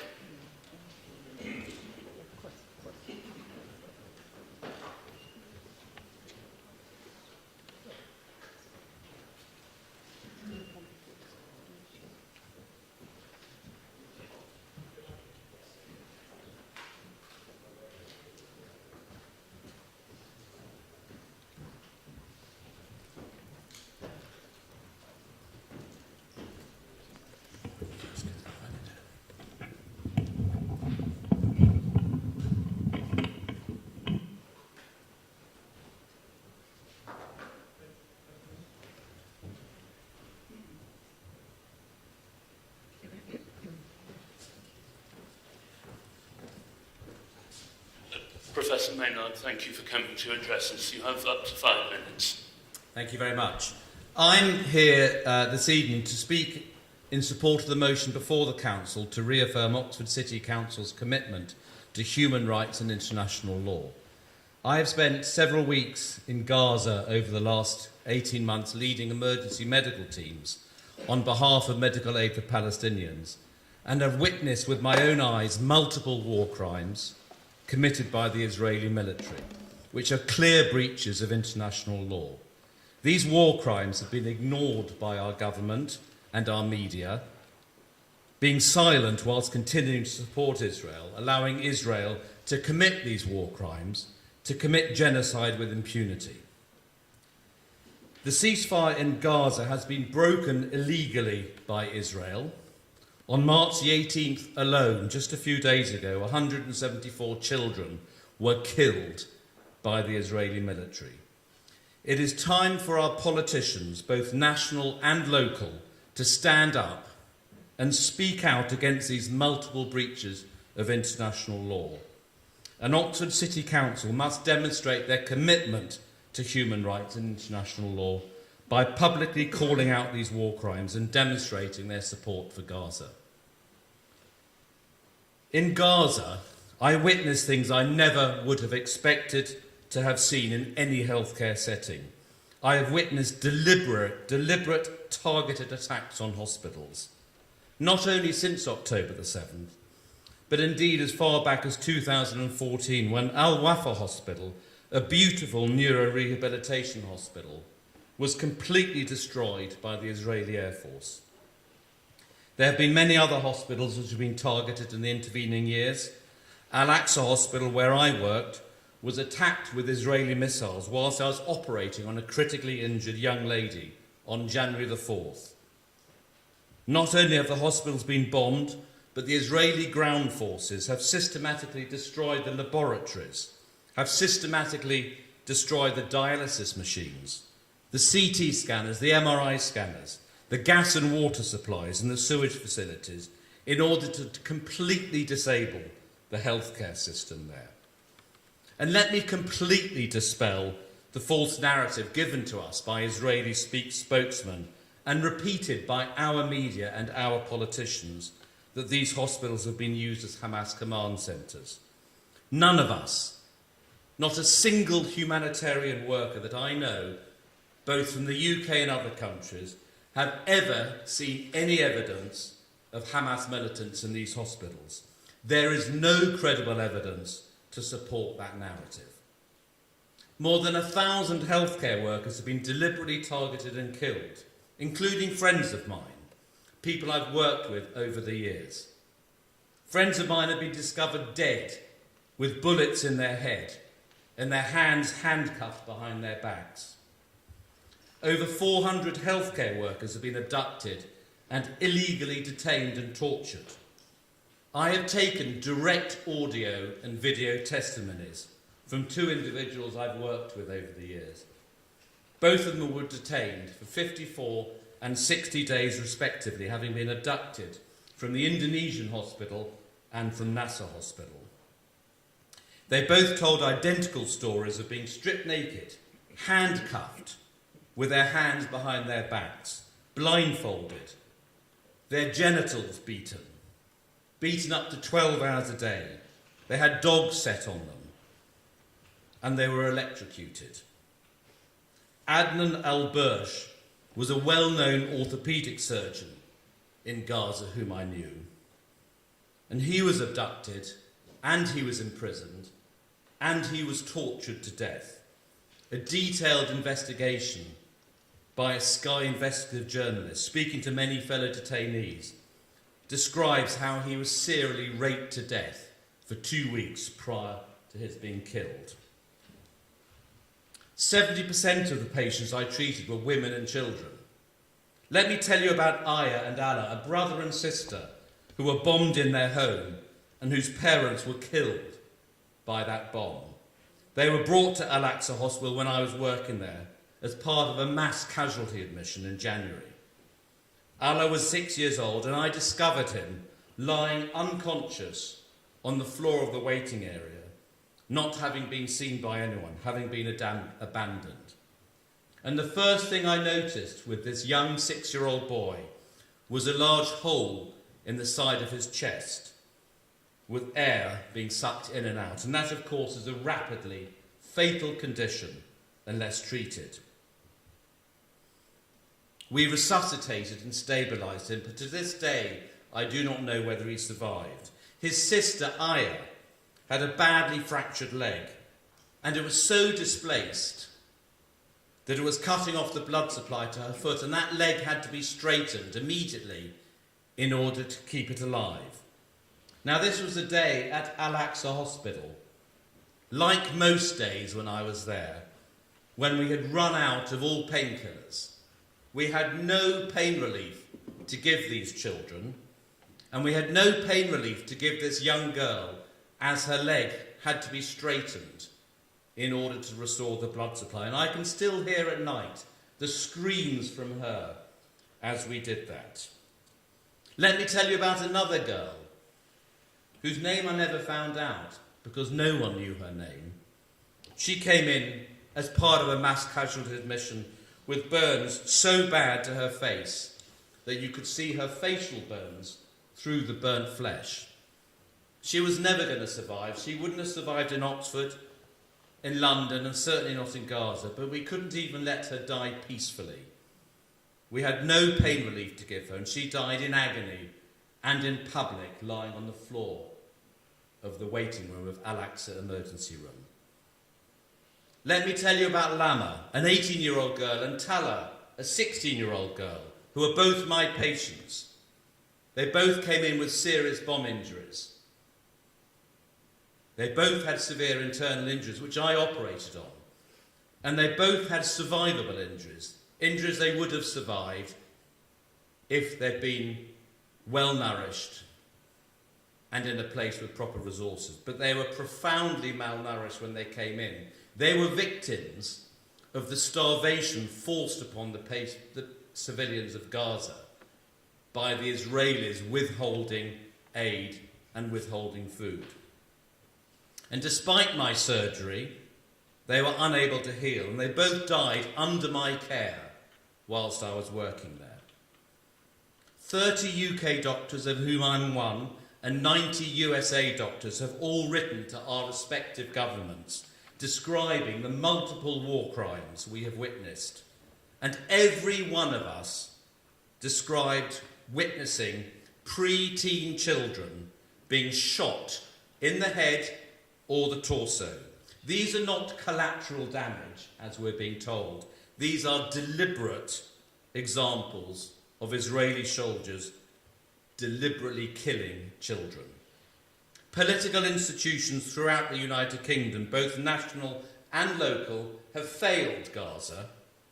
At best, they have been silent whilst witnessing multiple breaches of international humanitarian law.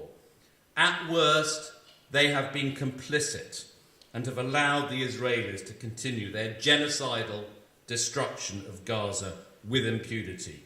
Oxford City Council must stand up and speak out in support of Gaza and to demonstrate that you are committed to human rights and upholding international law. You must support this motion. Thank you very much for listening to me.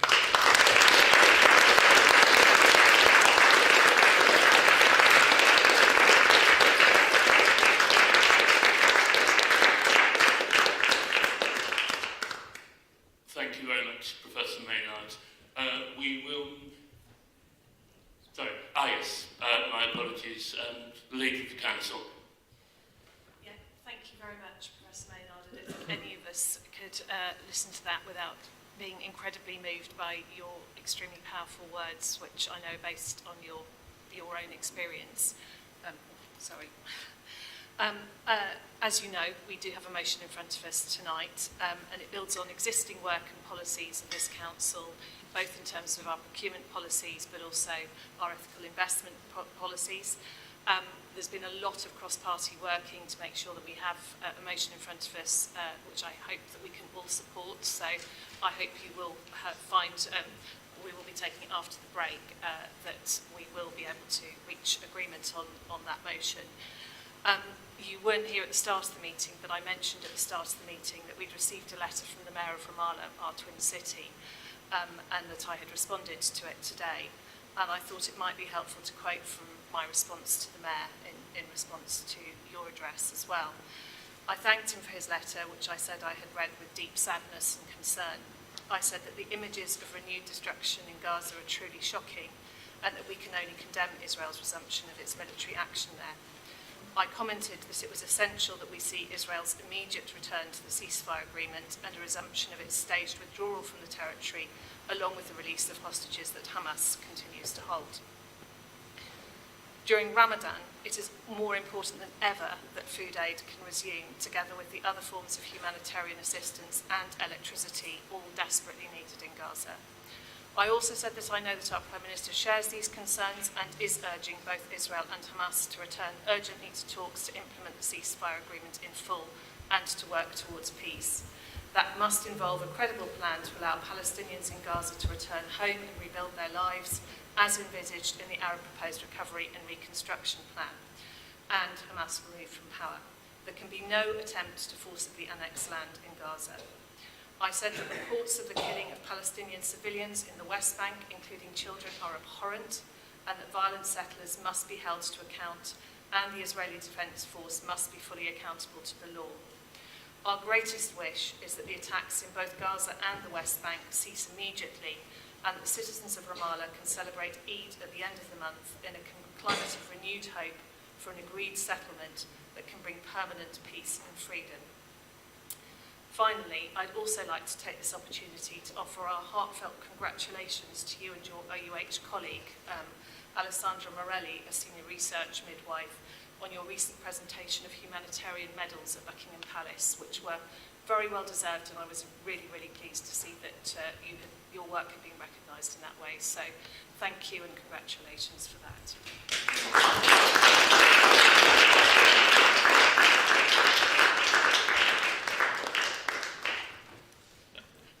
Congratulations indeed, Professor. And we will now break until 7:30, where we will resume. Thank you.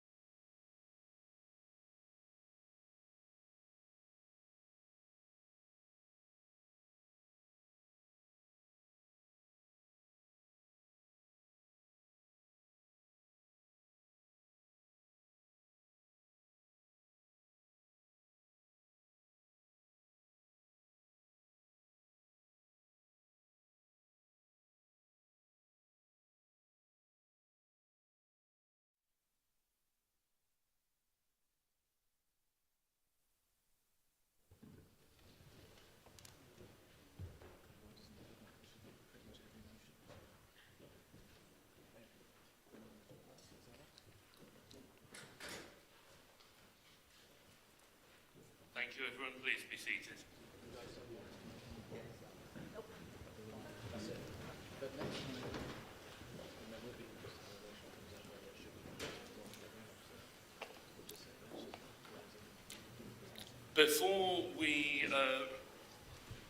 Before we recommence debate, which will be with motion 16A, I have been asked to make clear by legal officers, since there is a limit on the amount, the number of words in a motion of 500, we are not debating the footnotes. Those don't form part of the motion. We are debating the motion itself as written.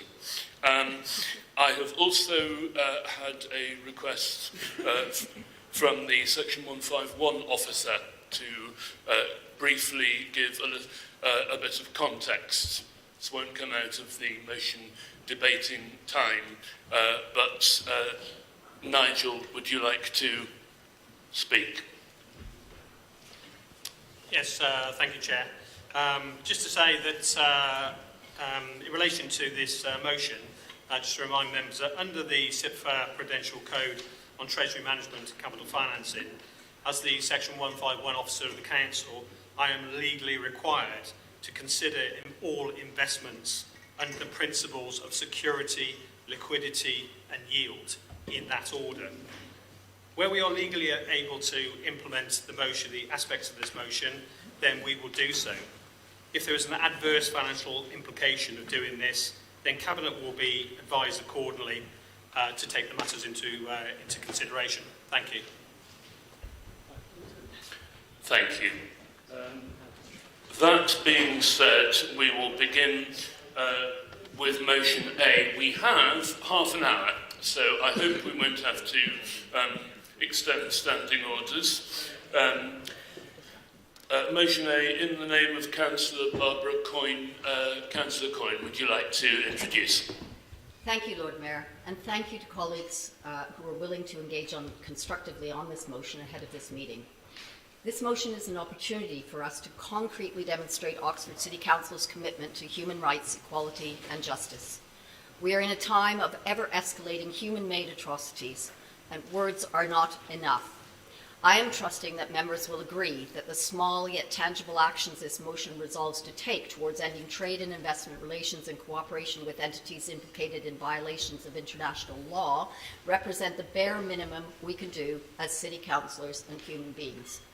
Colleagues have told me that global issues are not what really matters to our ward residents, yet in my 4 years of regular doorstep conversations alongside the issues of housing, social care and the cost of living that we all do our best to resolve, my residents do seek to discuss their legitimate concerns about people like them in other places and what we might do locally to address grave historic and ongoing injustices to which we are all connected. The ICJ rulings cited in this motion demand action with new clarity. Yet the findings they contain are not new. International legal experts deemed Israeli policies and practices towards Palestinians genocidal in 1982.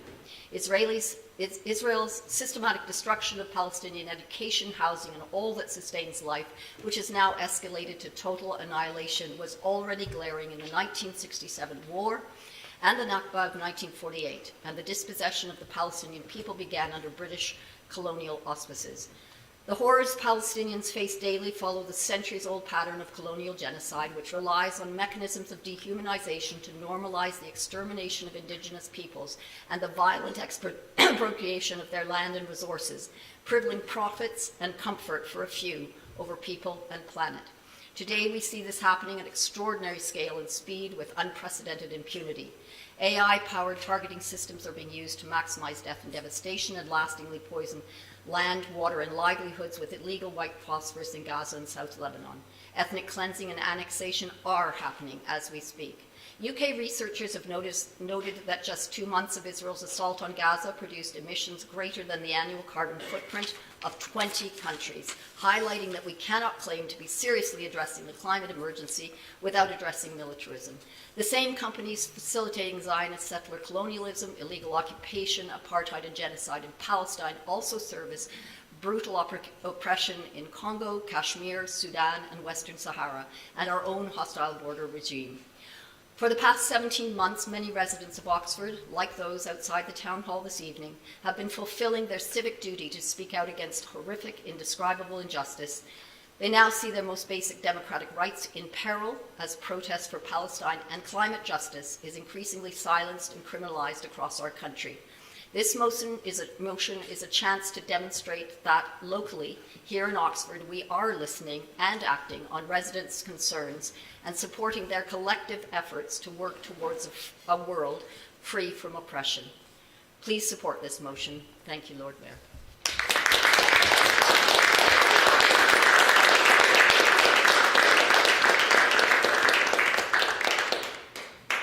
Thank you. Councillor Jafari Mabini, do you wish to speak now or reserve your right? I do, Lord Mayor. Thank you, Lord Mayor, and a huge thank you to my courageous friend and colleague, Nick Maynard, and to all our residents who are here today using their voice. Some might wonder why council time is being spent on discussing ending our complicity with war crimes in Palestine and lands far away. Over the last 17 months, and indeed over the decades of the Israeli occupation of Palestine, Oxford residents have written to their representatives, organised workplace, family and education events, demonstrated in their thousands, set up student encampments, been on health worker solidarity visits and vigils. They have boycotted companies complicit in occupation, apartheid and genocide. We have all taken these steps as a decades-long violence inflicted on an occupied people by a UK ally has been exceptional. Decades of preventing the right of return for refugees by force, arbitrary detentions in the middle of the night, shooting dead ambulance staff on the 2018 Great March of Return, burning ancient beloved olive trees, and now not just Aya, Ala, Lama and Tala, the children named by Nick, but 15,000 children dismembered, disemboweled, burnt and killed, with the largest cohort of amputee children ever registered being intentionally starved. As my friend Councillor Coyne put it so eloquently, these crimes are not new. The immortal Palestinian poet Mahmoud Darwish wrote on the 1982 siege of Beirut, "But to die here, no, I don't want to die under the rubble. I'll pretend I'm going down to the street to look for a newspaper. He who dies here does not die by chance. Rather, he who lives, lives by chance, because not one span of earth has been spared the shells, and not one spot where you can take a step has been saved from an explosion. But I don't want to die under the rubble. I want to die in the open street." This decades-long violence has been met with exceptional impunity by our governments and institutions, as if human rights and international law only apply to brown and black perpetrators.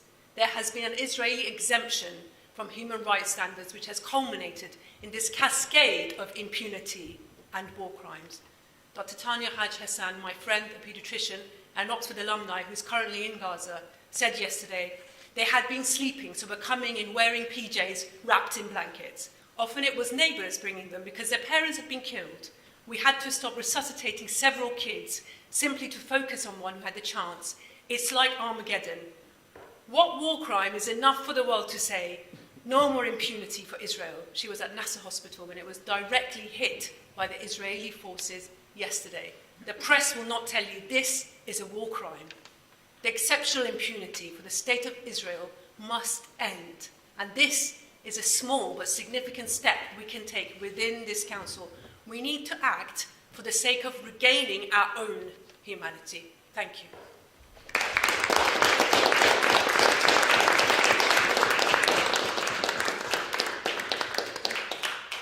Thank you. I understand that the amendment has been incorporated into the main motion, so we now move into debate on the motion. Can I see members wishing to speak?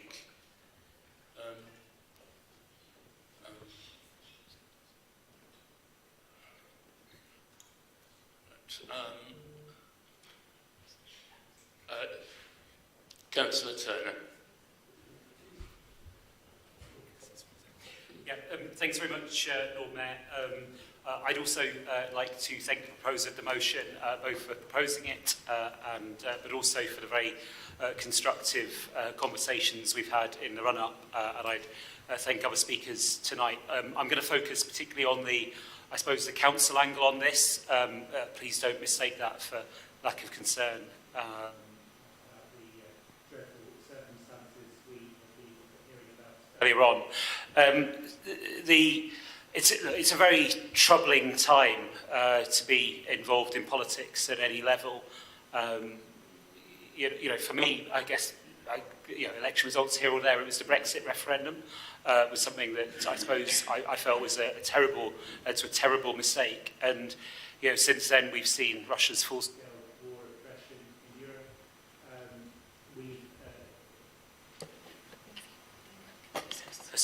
Okay, I'll try that. Yeah, sorry about that. The situation currently in Gaza, which we've heard about tonight, might add situations in Sudan, obviously the West Bank, and also actually, we haven't discussed it, but real concerns about human rights, awful human rights violations in China as well. So it's a terrible and dangerous world.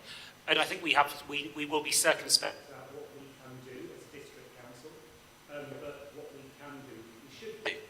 And that's the spirit within which we brought forward, this administration brought forward an ethical investment policy. We've, in more recent times, added a longer ESG policy to that to try to guide our investments as we can. And Nigel Kennedy's mentioned the constraints we're under there. The motion, quite rightly, I think, talks about procurement. And our procurement policies, I really think are something that reflects our values as a council. Procurement sounds dry, but it really isn't. Where it's a social value, the Oxford Living Wage, the apprenticeships, the support for local businesses, the support for SMEs. And so I think this is reasonable and logical to try and do what we can. Like the spirit of the amendments which we tabled, which have been expected to say, let's take the time to see what we can do, and we will bring that forward as part of the next reviews of these policies. So in the case of, for example, the Treasury Management Policy, we agreed that at budget time. My thought is to incorporate as much of this as I can. And if there are options there, or costs there which need to be reflected in the budget, then we'll bring forward options and members can look at those openly and transparently and decide what they want to do. As it happens, we have very limited amounts of investment these days, certainly new investment, because instead we're using the money to fund our own capital programmes so we don't need to borrow. And of course, as we've heard, we need to balance any other considerations with those duties that are legally imposed on the Section 151 officer. But I think here we've got, with this motion, a sensible plan that will enable us to put in place, will strengthen the policies which already reflect our values, tighten them up, make appropriate representations to the county as well, though what they do is ultimately their business, and try to put this into practice as best we can. And I think now with the text before us, we've got a way which is practical and will really enable us to do it, rather than just making speeches. Because I come full circle, Lord Mayor, we want to do something. I think people will rightly feel like they want to use this, any political platform, to speak out. But when it comes to the business of the council, we've got to also look at what's practical and legal, and I think we can do it if we pass this motion in amended form. So I'm very happy to endorse the motion before us tonight.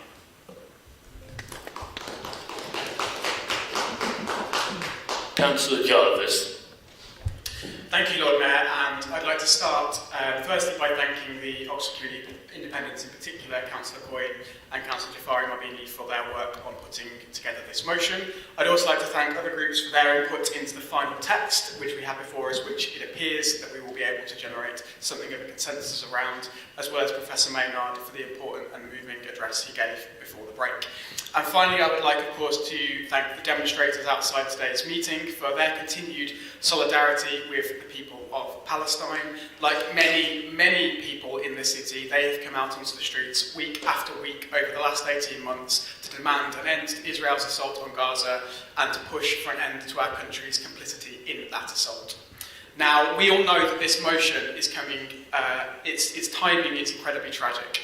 As you know, since this motion was published, Israel has renewed its attack on Gaza, and the days since that attack has killed over 600 people, many of them children, bringing the death toll since October the 7th to beyond 50,000. Now, that context is important because whilst, as others have acknowledged, this motion isn't solely about Palestine, it would be remiss not to focus on this in the current context, and it is indicative of the horrors this motion is trying to end complicity in. Now, we as a council, we have a proud history of standing shoulder to shoulder with people, oppressed people all over the world, including in Palestine, whether it's through our twinning with the city of Ramallah or through being one of the first councils in the country to push the government to work towards an end to Israel's assault on Gaza. By passing this motion today, we can continue to show that solidarity, not just with words, but with concrete actions. And in January 2024, we in this council chamber passed a motion opposing the Tories' pernicious anti-boycott bill in order to make clear that we believed local authorities should have the right and the power to make decisions like those listed in this motion. Investment and procurement decisions based on ethics and sustainability. Today, we can vote not just for principle that we should be allowed to do that, but to put that principle into practice. So please vote for this motion this evening. Vote to stand once again with the people of Palestine. Vote to reiterate our commitment to using our powers to tackle the climate emergency by refusing to support investments in fossil fuels. Vote to make clear that this city does not want its money linked to weapons, to arms and to munitions that are used in war crimes. Vote for peace, vote for justice, vote for human rights, vote for this motion.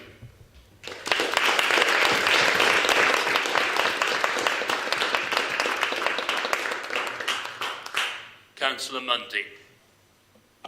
Thank you. It's been a very moving meeting, especially in relation to the powerful speech by Nick Maynard earlier and also the powerful representation so far. I did speak to Nick briefly outside, and I don't want to sort of focus on numbers too much, but part of what infuriates me about how the media responds to this genocide that's happening is that they often reference the figure, actually the same figure that Councillor Jaffers just referenced, and say, oh, this is Hamas Health Ministry's figures, and they're a prescribed organisation, as though it somehow lacks credibility. Despite the fact that the Lancet Journal, which is a British journal, is not a prescribed organisation, obviously, they actually think that that's a massive underestimate of how many people have been killed, and that it is actually closer to 200,000 people, including those children that have been mentioned already. So there's no excuse for us to not be aware of these things. This is one of, if not the most documented crime against humanity in history. We are able to see these things before our eyes on the media, if not some people even there in person. And we even see politicians, Israeli politicians, openly calling for the destruction of Palestinian lives. We've even had the leader of our most powerful ally calling for forced expulsions, which is ethnic cleansing. It is, I will agree with you, Turner, it is a quite barbaric times we live in, really, and it's scarcely imaginable. But as far as where we are as the local authority, so I mean, you know, in my opinion, we must keep pressure on the government and the position that they've taken in this. And I'm grateful for the cooperation, obviously, across the chamber, including from Labour Group. But you know, I do think they have a position as well to keep that pressure on the party of which they remain a member, because you know we're very, as a country, we're involved in this. You know, we have military bases in Cyprus that are potentially involved in this. We've still been supplying weapons components to Israel. Now, this doesn't to do with us as a local authority, but as has been said, we have to do the very least of what we can. Now, it's been discussed as well, the views of people. Now, you know, the vast majority of people in this city have got some kind of part to play in this. Whether they don't even think it or not, they are rent payers, they're council tax payers, they're employees. We are indirectly culpable in what is happening while we remain in this position where we don't act to prevent our own investments and the pensions that we're involved in to be involved in Israeli companies. And history has told us that, you know, these are pivotal points where we have to assess where we are morally as people, as councillors, as people in the city. Are we just going to be the people who stood by and just let this apartheid continue? Or do we say, right, actually, you know what, we're part of the start of the change to this. Yeah, we're part of an opposition to what is happening. We're not just going to believe everything we see in the most biased Western media and ignore the worst of what's happening. It's the indirect culpability has to end. So I just wish to say it's very important that we back this motion and don't allow yourself to be clouded by what we hear. You know, we owe it to everybody to keep ourselves aware of what's happening and that we are witnessing the most horrific thing. And we cannot bury our heads in the sand. Thank you.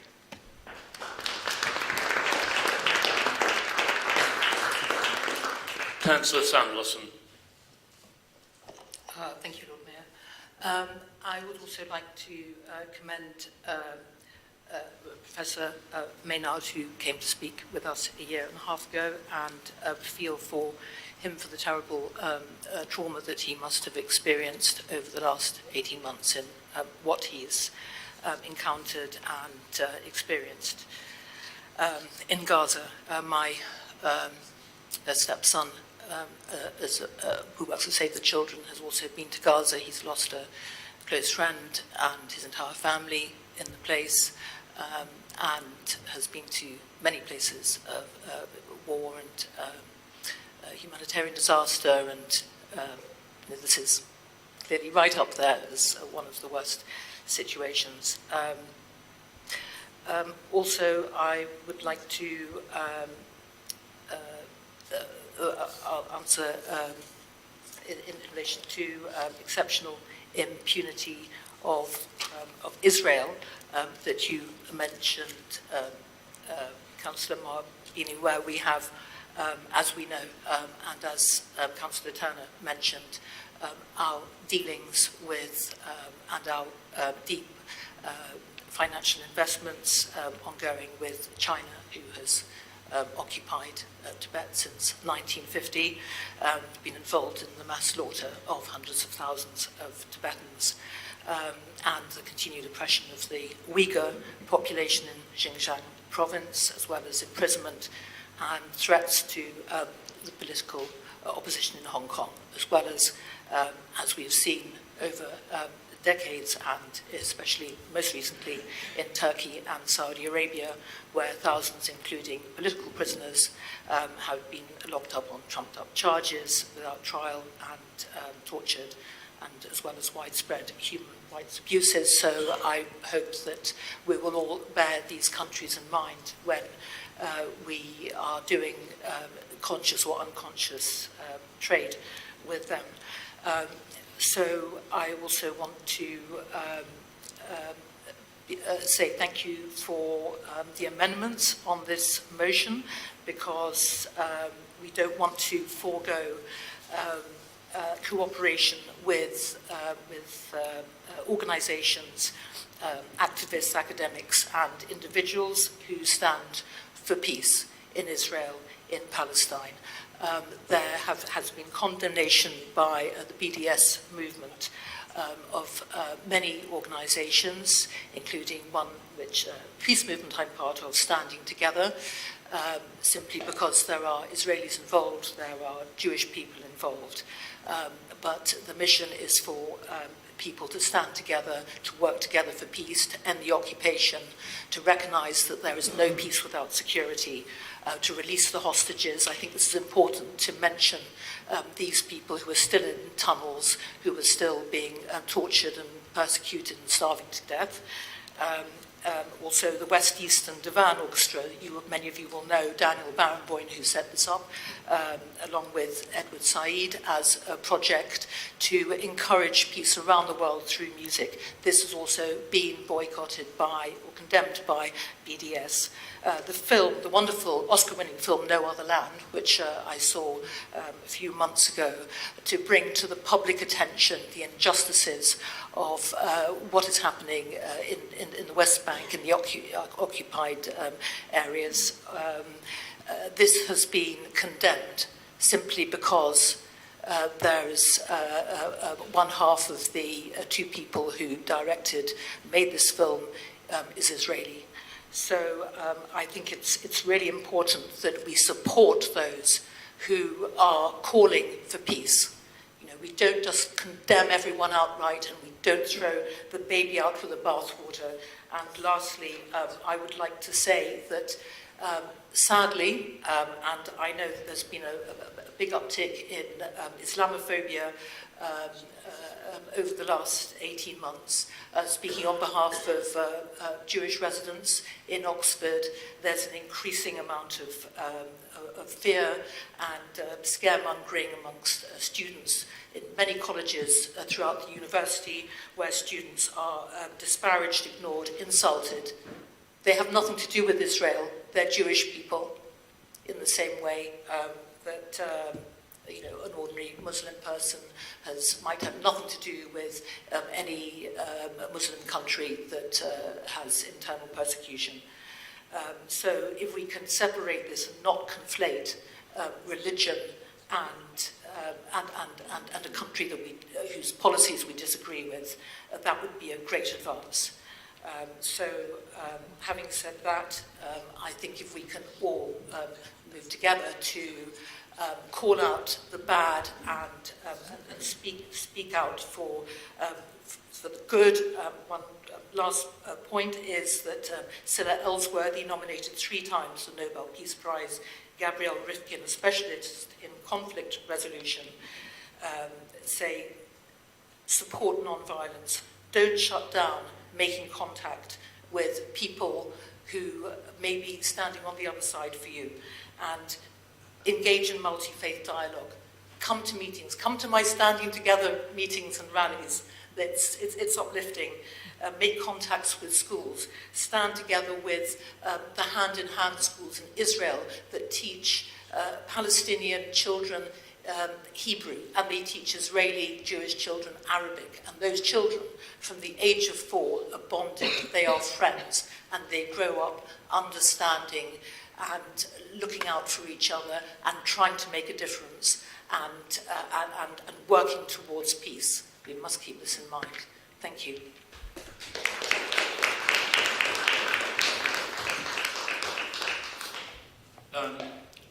We have 5 minutes left, but I have councillors registered, Malik and Miles, and Councillor Rayman, who have indicated they wish to speak, and Councillor Fairweather.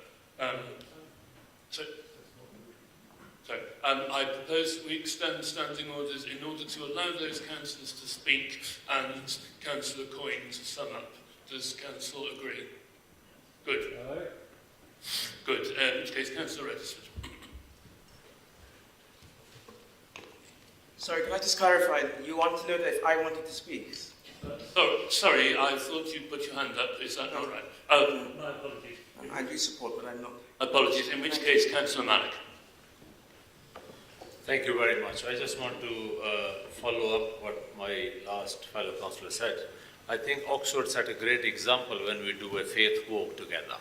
You know, it starts from the synagogues and end up at our central mosque or Stanley Road Mosque, and we go across. It's a more for us to bring a united, and it is our duty and a responsibility as a councillor. We should not let divide the city or anything. But equally, we have to follow up and look the sheer hypocrisy of our government, no matter who's in power. Because one side of the world, and what seems to, looking from the outskirts, is one blood is more superior than the other. And we allow, I remember in this chamber when somebody walked with 130-40 signature and we take the twinning of the Russian city. Okay, people can have their own opinion, and we acted very urgently on this matter. And I understand when the council says what the council can do. We have ethical and moral duty. We are human beings. And where one wrong is being wrong, and you should indicate. What happened in the 7th of October, it was not a great thing. I don't think so anybody condoned it. Everybody condemned it. It's a crime against humanity. No matter if it's a Palestinian child died, or the Israeli child died, or Ukrainian or Russian. End of the day, the collateral damage is the poor people of living at either side. And this is basically a share business thing with the arm industry, no matter what. And I have to make the political point, because what I'm disappointed, angry about it, someone who claimed to be a human rights lawyer, keep his mouth shut and not say one word about it, and just go along. And, you know, it reminds me when Blair stood up and said, I'm a true friend of Israel. We don't mind you who to be friend with, but do the right thing. You know, in this side, when Iraq war happened, there was a good people on the left side sitting with me now, which they sent a letter and they came out and they stood for them. Either those people sadly retired or died. You know, the people sitting on to my left now, they must remember you are sitting on somebody else's hard work, and that's how you become successful. But those people are not around here. So there's no ethical and morality, and we can take around and people say, oh, this is right and this is wrong. No, every death is not good. But the sheer volume of bombardment that Gaza has taken, I don't think so. Even if the ceasefire goes, I think that place is livable anymore. The ammunition has been thrown at that part of the world. Secondly, let me remind you, you can Google and have a look. This is a policy of the Zionist state of Israel every year when the holy month of Ramadan comes. Last 2 years, when there was no war, they have went into the Al-Aqsa Mosque and disturbed and beaten up the people who pray in the holy month of Ramadan. This is their pattern. Their pattern have never changed. I remember 2 years ago when Annalise Dodd come to the Bath Street Mosque, and I raised that point because that happened year before. But you know what it is? What makes me disappointed and angry is a silence of our political leaders who, when we meet, they put up this mask on, the ethical and moral, and give us all the lecture. When is the time to speak, they never speak. So people who are speaking and supporting the motion, I'm grateful to you. You know, it is a good thing. I think this is the least thing we can do. We need to keep the city together, but equally we have to speak up. Speak up for the oppressed one, not the oppressor. Thank you. Councillor Miles. Thank you.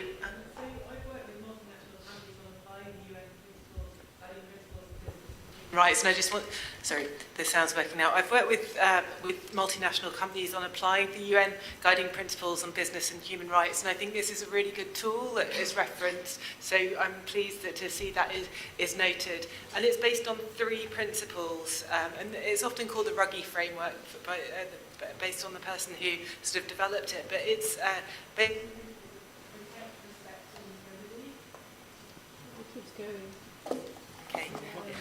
the guiding principles is based on 3 pillars of protect, respect and remedy around human rights. And as part of this, the pillar which focuses on protect sets out the state duty to protect, and the state should promote respect for human rights by business enterprises with which they commercial transactions.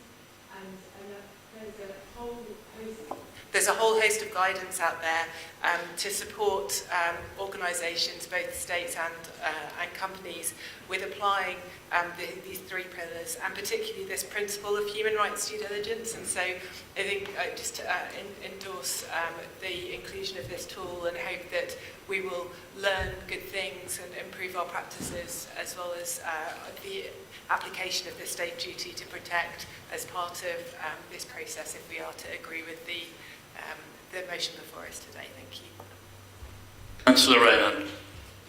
Thank you, Lord Mayor.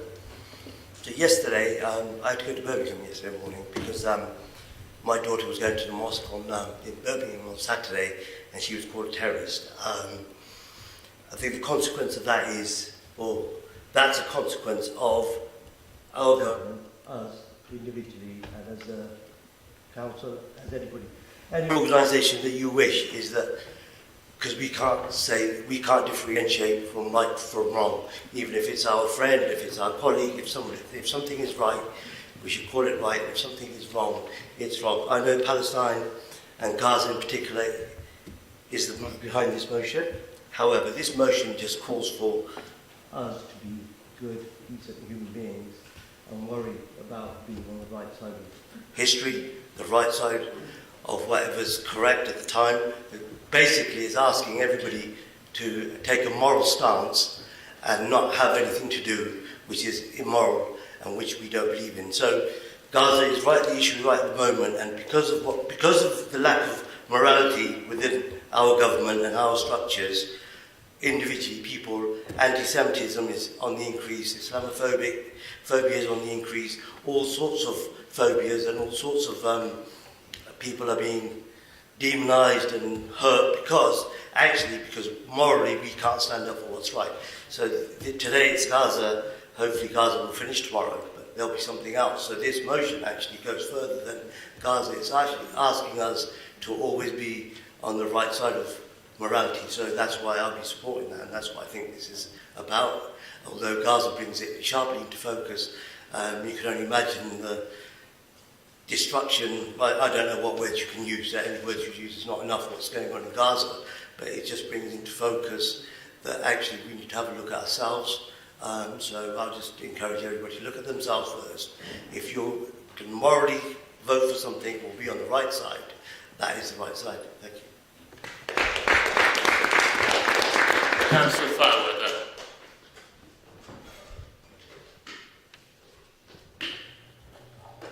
Thank you, Lord Mayor. I hope this one keeps working. Thanks to the councillors concerned in tabling this item, the previous speakers have done an excellent job in highlighting our deep concerns about the dreadful things happening in the Middle East.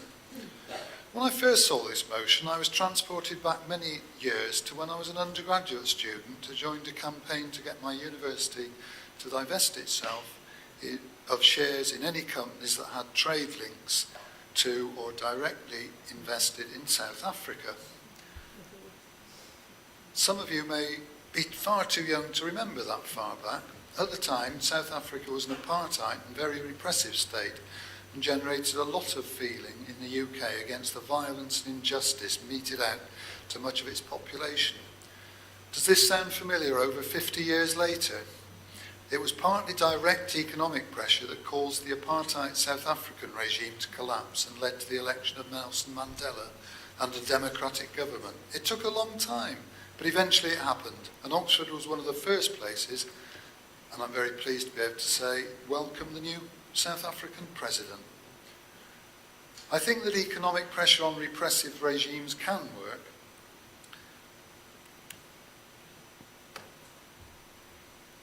Sorry, my computer seems to have stopped working. So it's recovered. I think that economic pressure on repressive regimes can work, but it will take a lot of time and effort. We must not delude ourselves that they will take note of just Oxford City Council, but use this as one of many small steps to take on the way ahead. We need to mobilise public opinion to put pressure on companies and institutions to act. It will take time, but it can work. Just look at what's happening with Tesla and the panic of its shareholders. Perhaps this will become an example. Let's hope so. Had I thought at the time that over 50 years later I would be speaking about injustice and oppression, I might have been discouraged. But I was convinced then, and still am, that campaigns like this can have an effect. Please support this motion.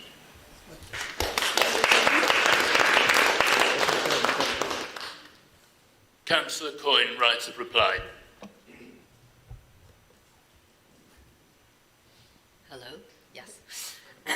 Thank you, Lord Mayor, and thank you to colleagues across the Chamber for their respectful and thoughtful contributions this evening. The situation in Palestine is not complicated. As Oxford City residents recognise, Britain's historic and ongoing ties to colonial oppression and lack of decisive action to uphold international law make us complicit in crimes against humanity. When we engage in intellectual or verbal acrobatics to deny realities or justify continued inaction, we are wasting time and we are costing lives. 6% of Gaza's population has been slaughtered. 2.1 million survivors are facing the fastest starvation campaign in modern history. More than 40,000 have been forcibly displaced in the West Bank, where homes and lands are daily destroyed and violently expropriated. Almost 10,000 political prisoners continue to be subjected to systematic abuse and torture, including hundreds of children. Israel killed 46 children per day throughout 2024 and 200 in just 3 days last week. I truly believe, as others have remarked, that we have a profound moral duty to act now to ensure that we do no further harm. As UN experts cited in this motion emphasize, international law is on a precipice. In the absence of decisive action, all of our fundamental rights and freedoms risk being indelibly eroded. We must understand that none of us are free until all of us are free, and that, particularly as elected officials, we do have a role to play in advancing dignity, freedom, justice, and equality for all people. This Council has previously acknowledged the vital role of economic action by local authorities in achieving justice, notably, as Lawrence has remarked, in the South African liberation struggle. Palestinians, including those in our twin city of Ramallah, have long called for concrete solidarity, and international law demands it. We cannot stand by in this preeminent university city when every university in Gaza has been destroyed, along with 90% of schools and countless libraries, archives, and cultural and heritage sites. It was an eminent Oxford professor who in 2009 coined the term scholasticide to denote Israel's decades-long systematic destruction of Palestinian education, saying, and I quote, "Education posits possibilities, opens horizons. Freedom of thought contrasts sharply with the apartheid wall, the shackling checkpoints, the choking prisons," end quote. As a city councillor, a teacher and special needs teacher, a parent, a grandparent, but predominantly as a human being, I urge you to join me in voting for this motion to commit to strengthening our council policies to reaffirm our city's commitment to human rights and international law. I do not believe we can claim to be addressing the climate emergency, let alone upholding human rights and equality, if we do otherwise. Thank you, Lord Mayor.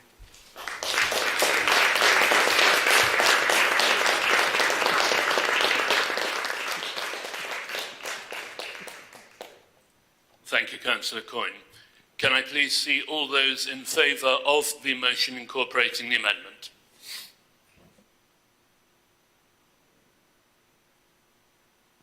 I believe that that is unanimous. Thank you very much indeed.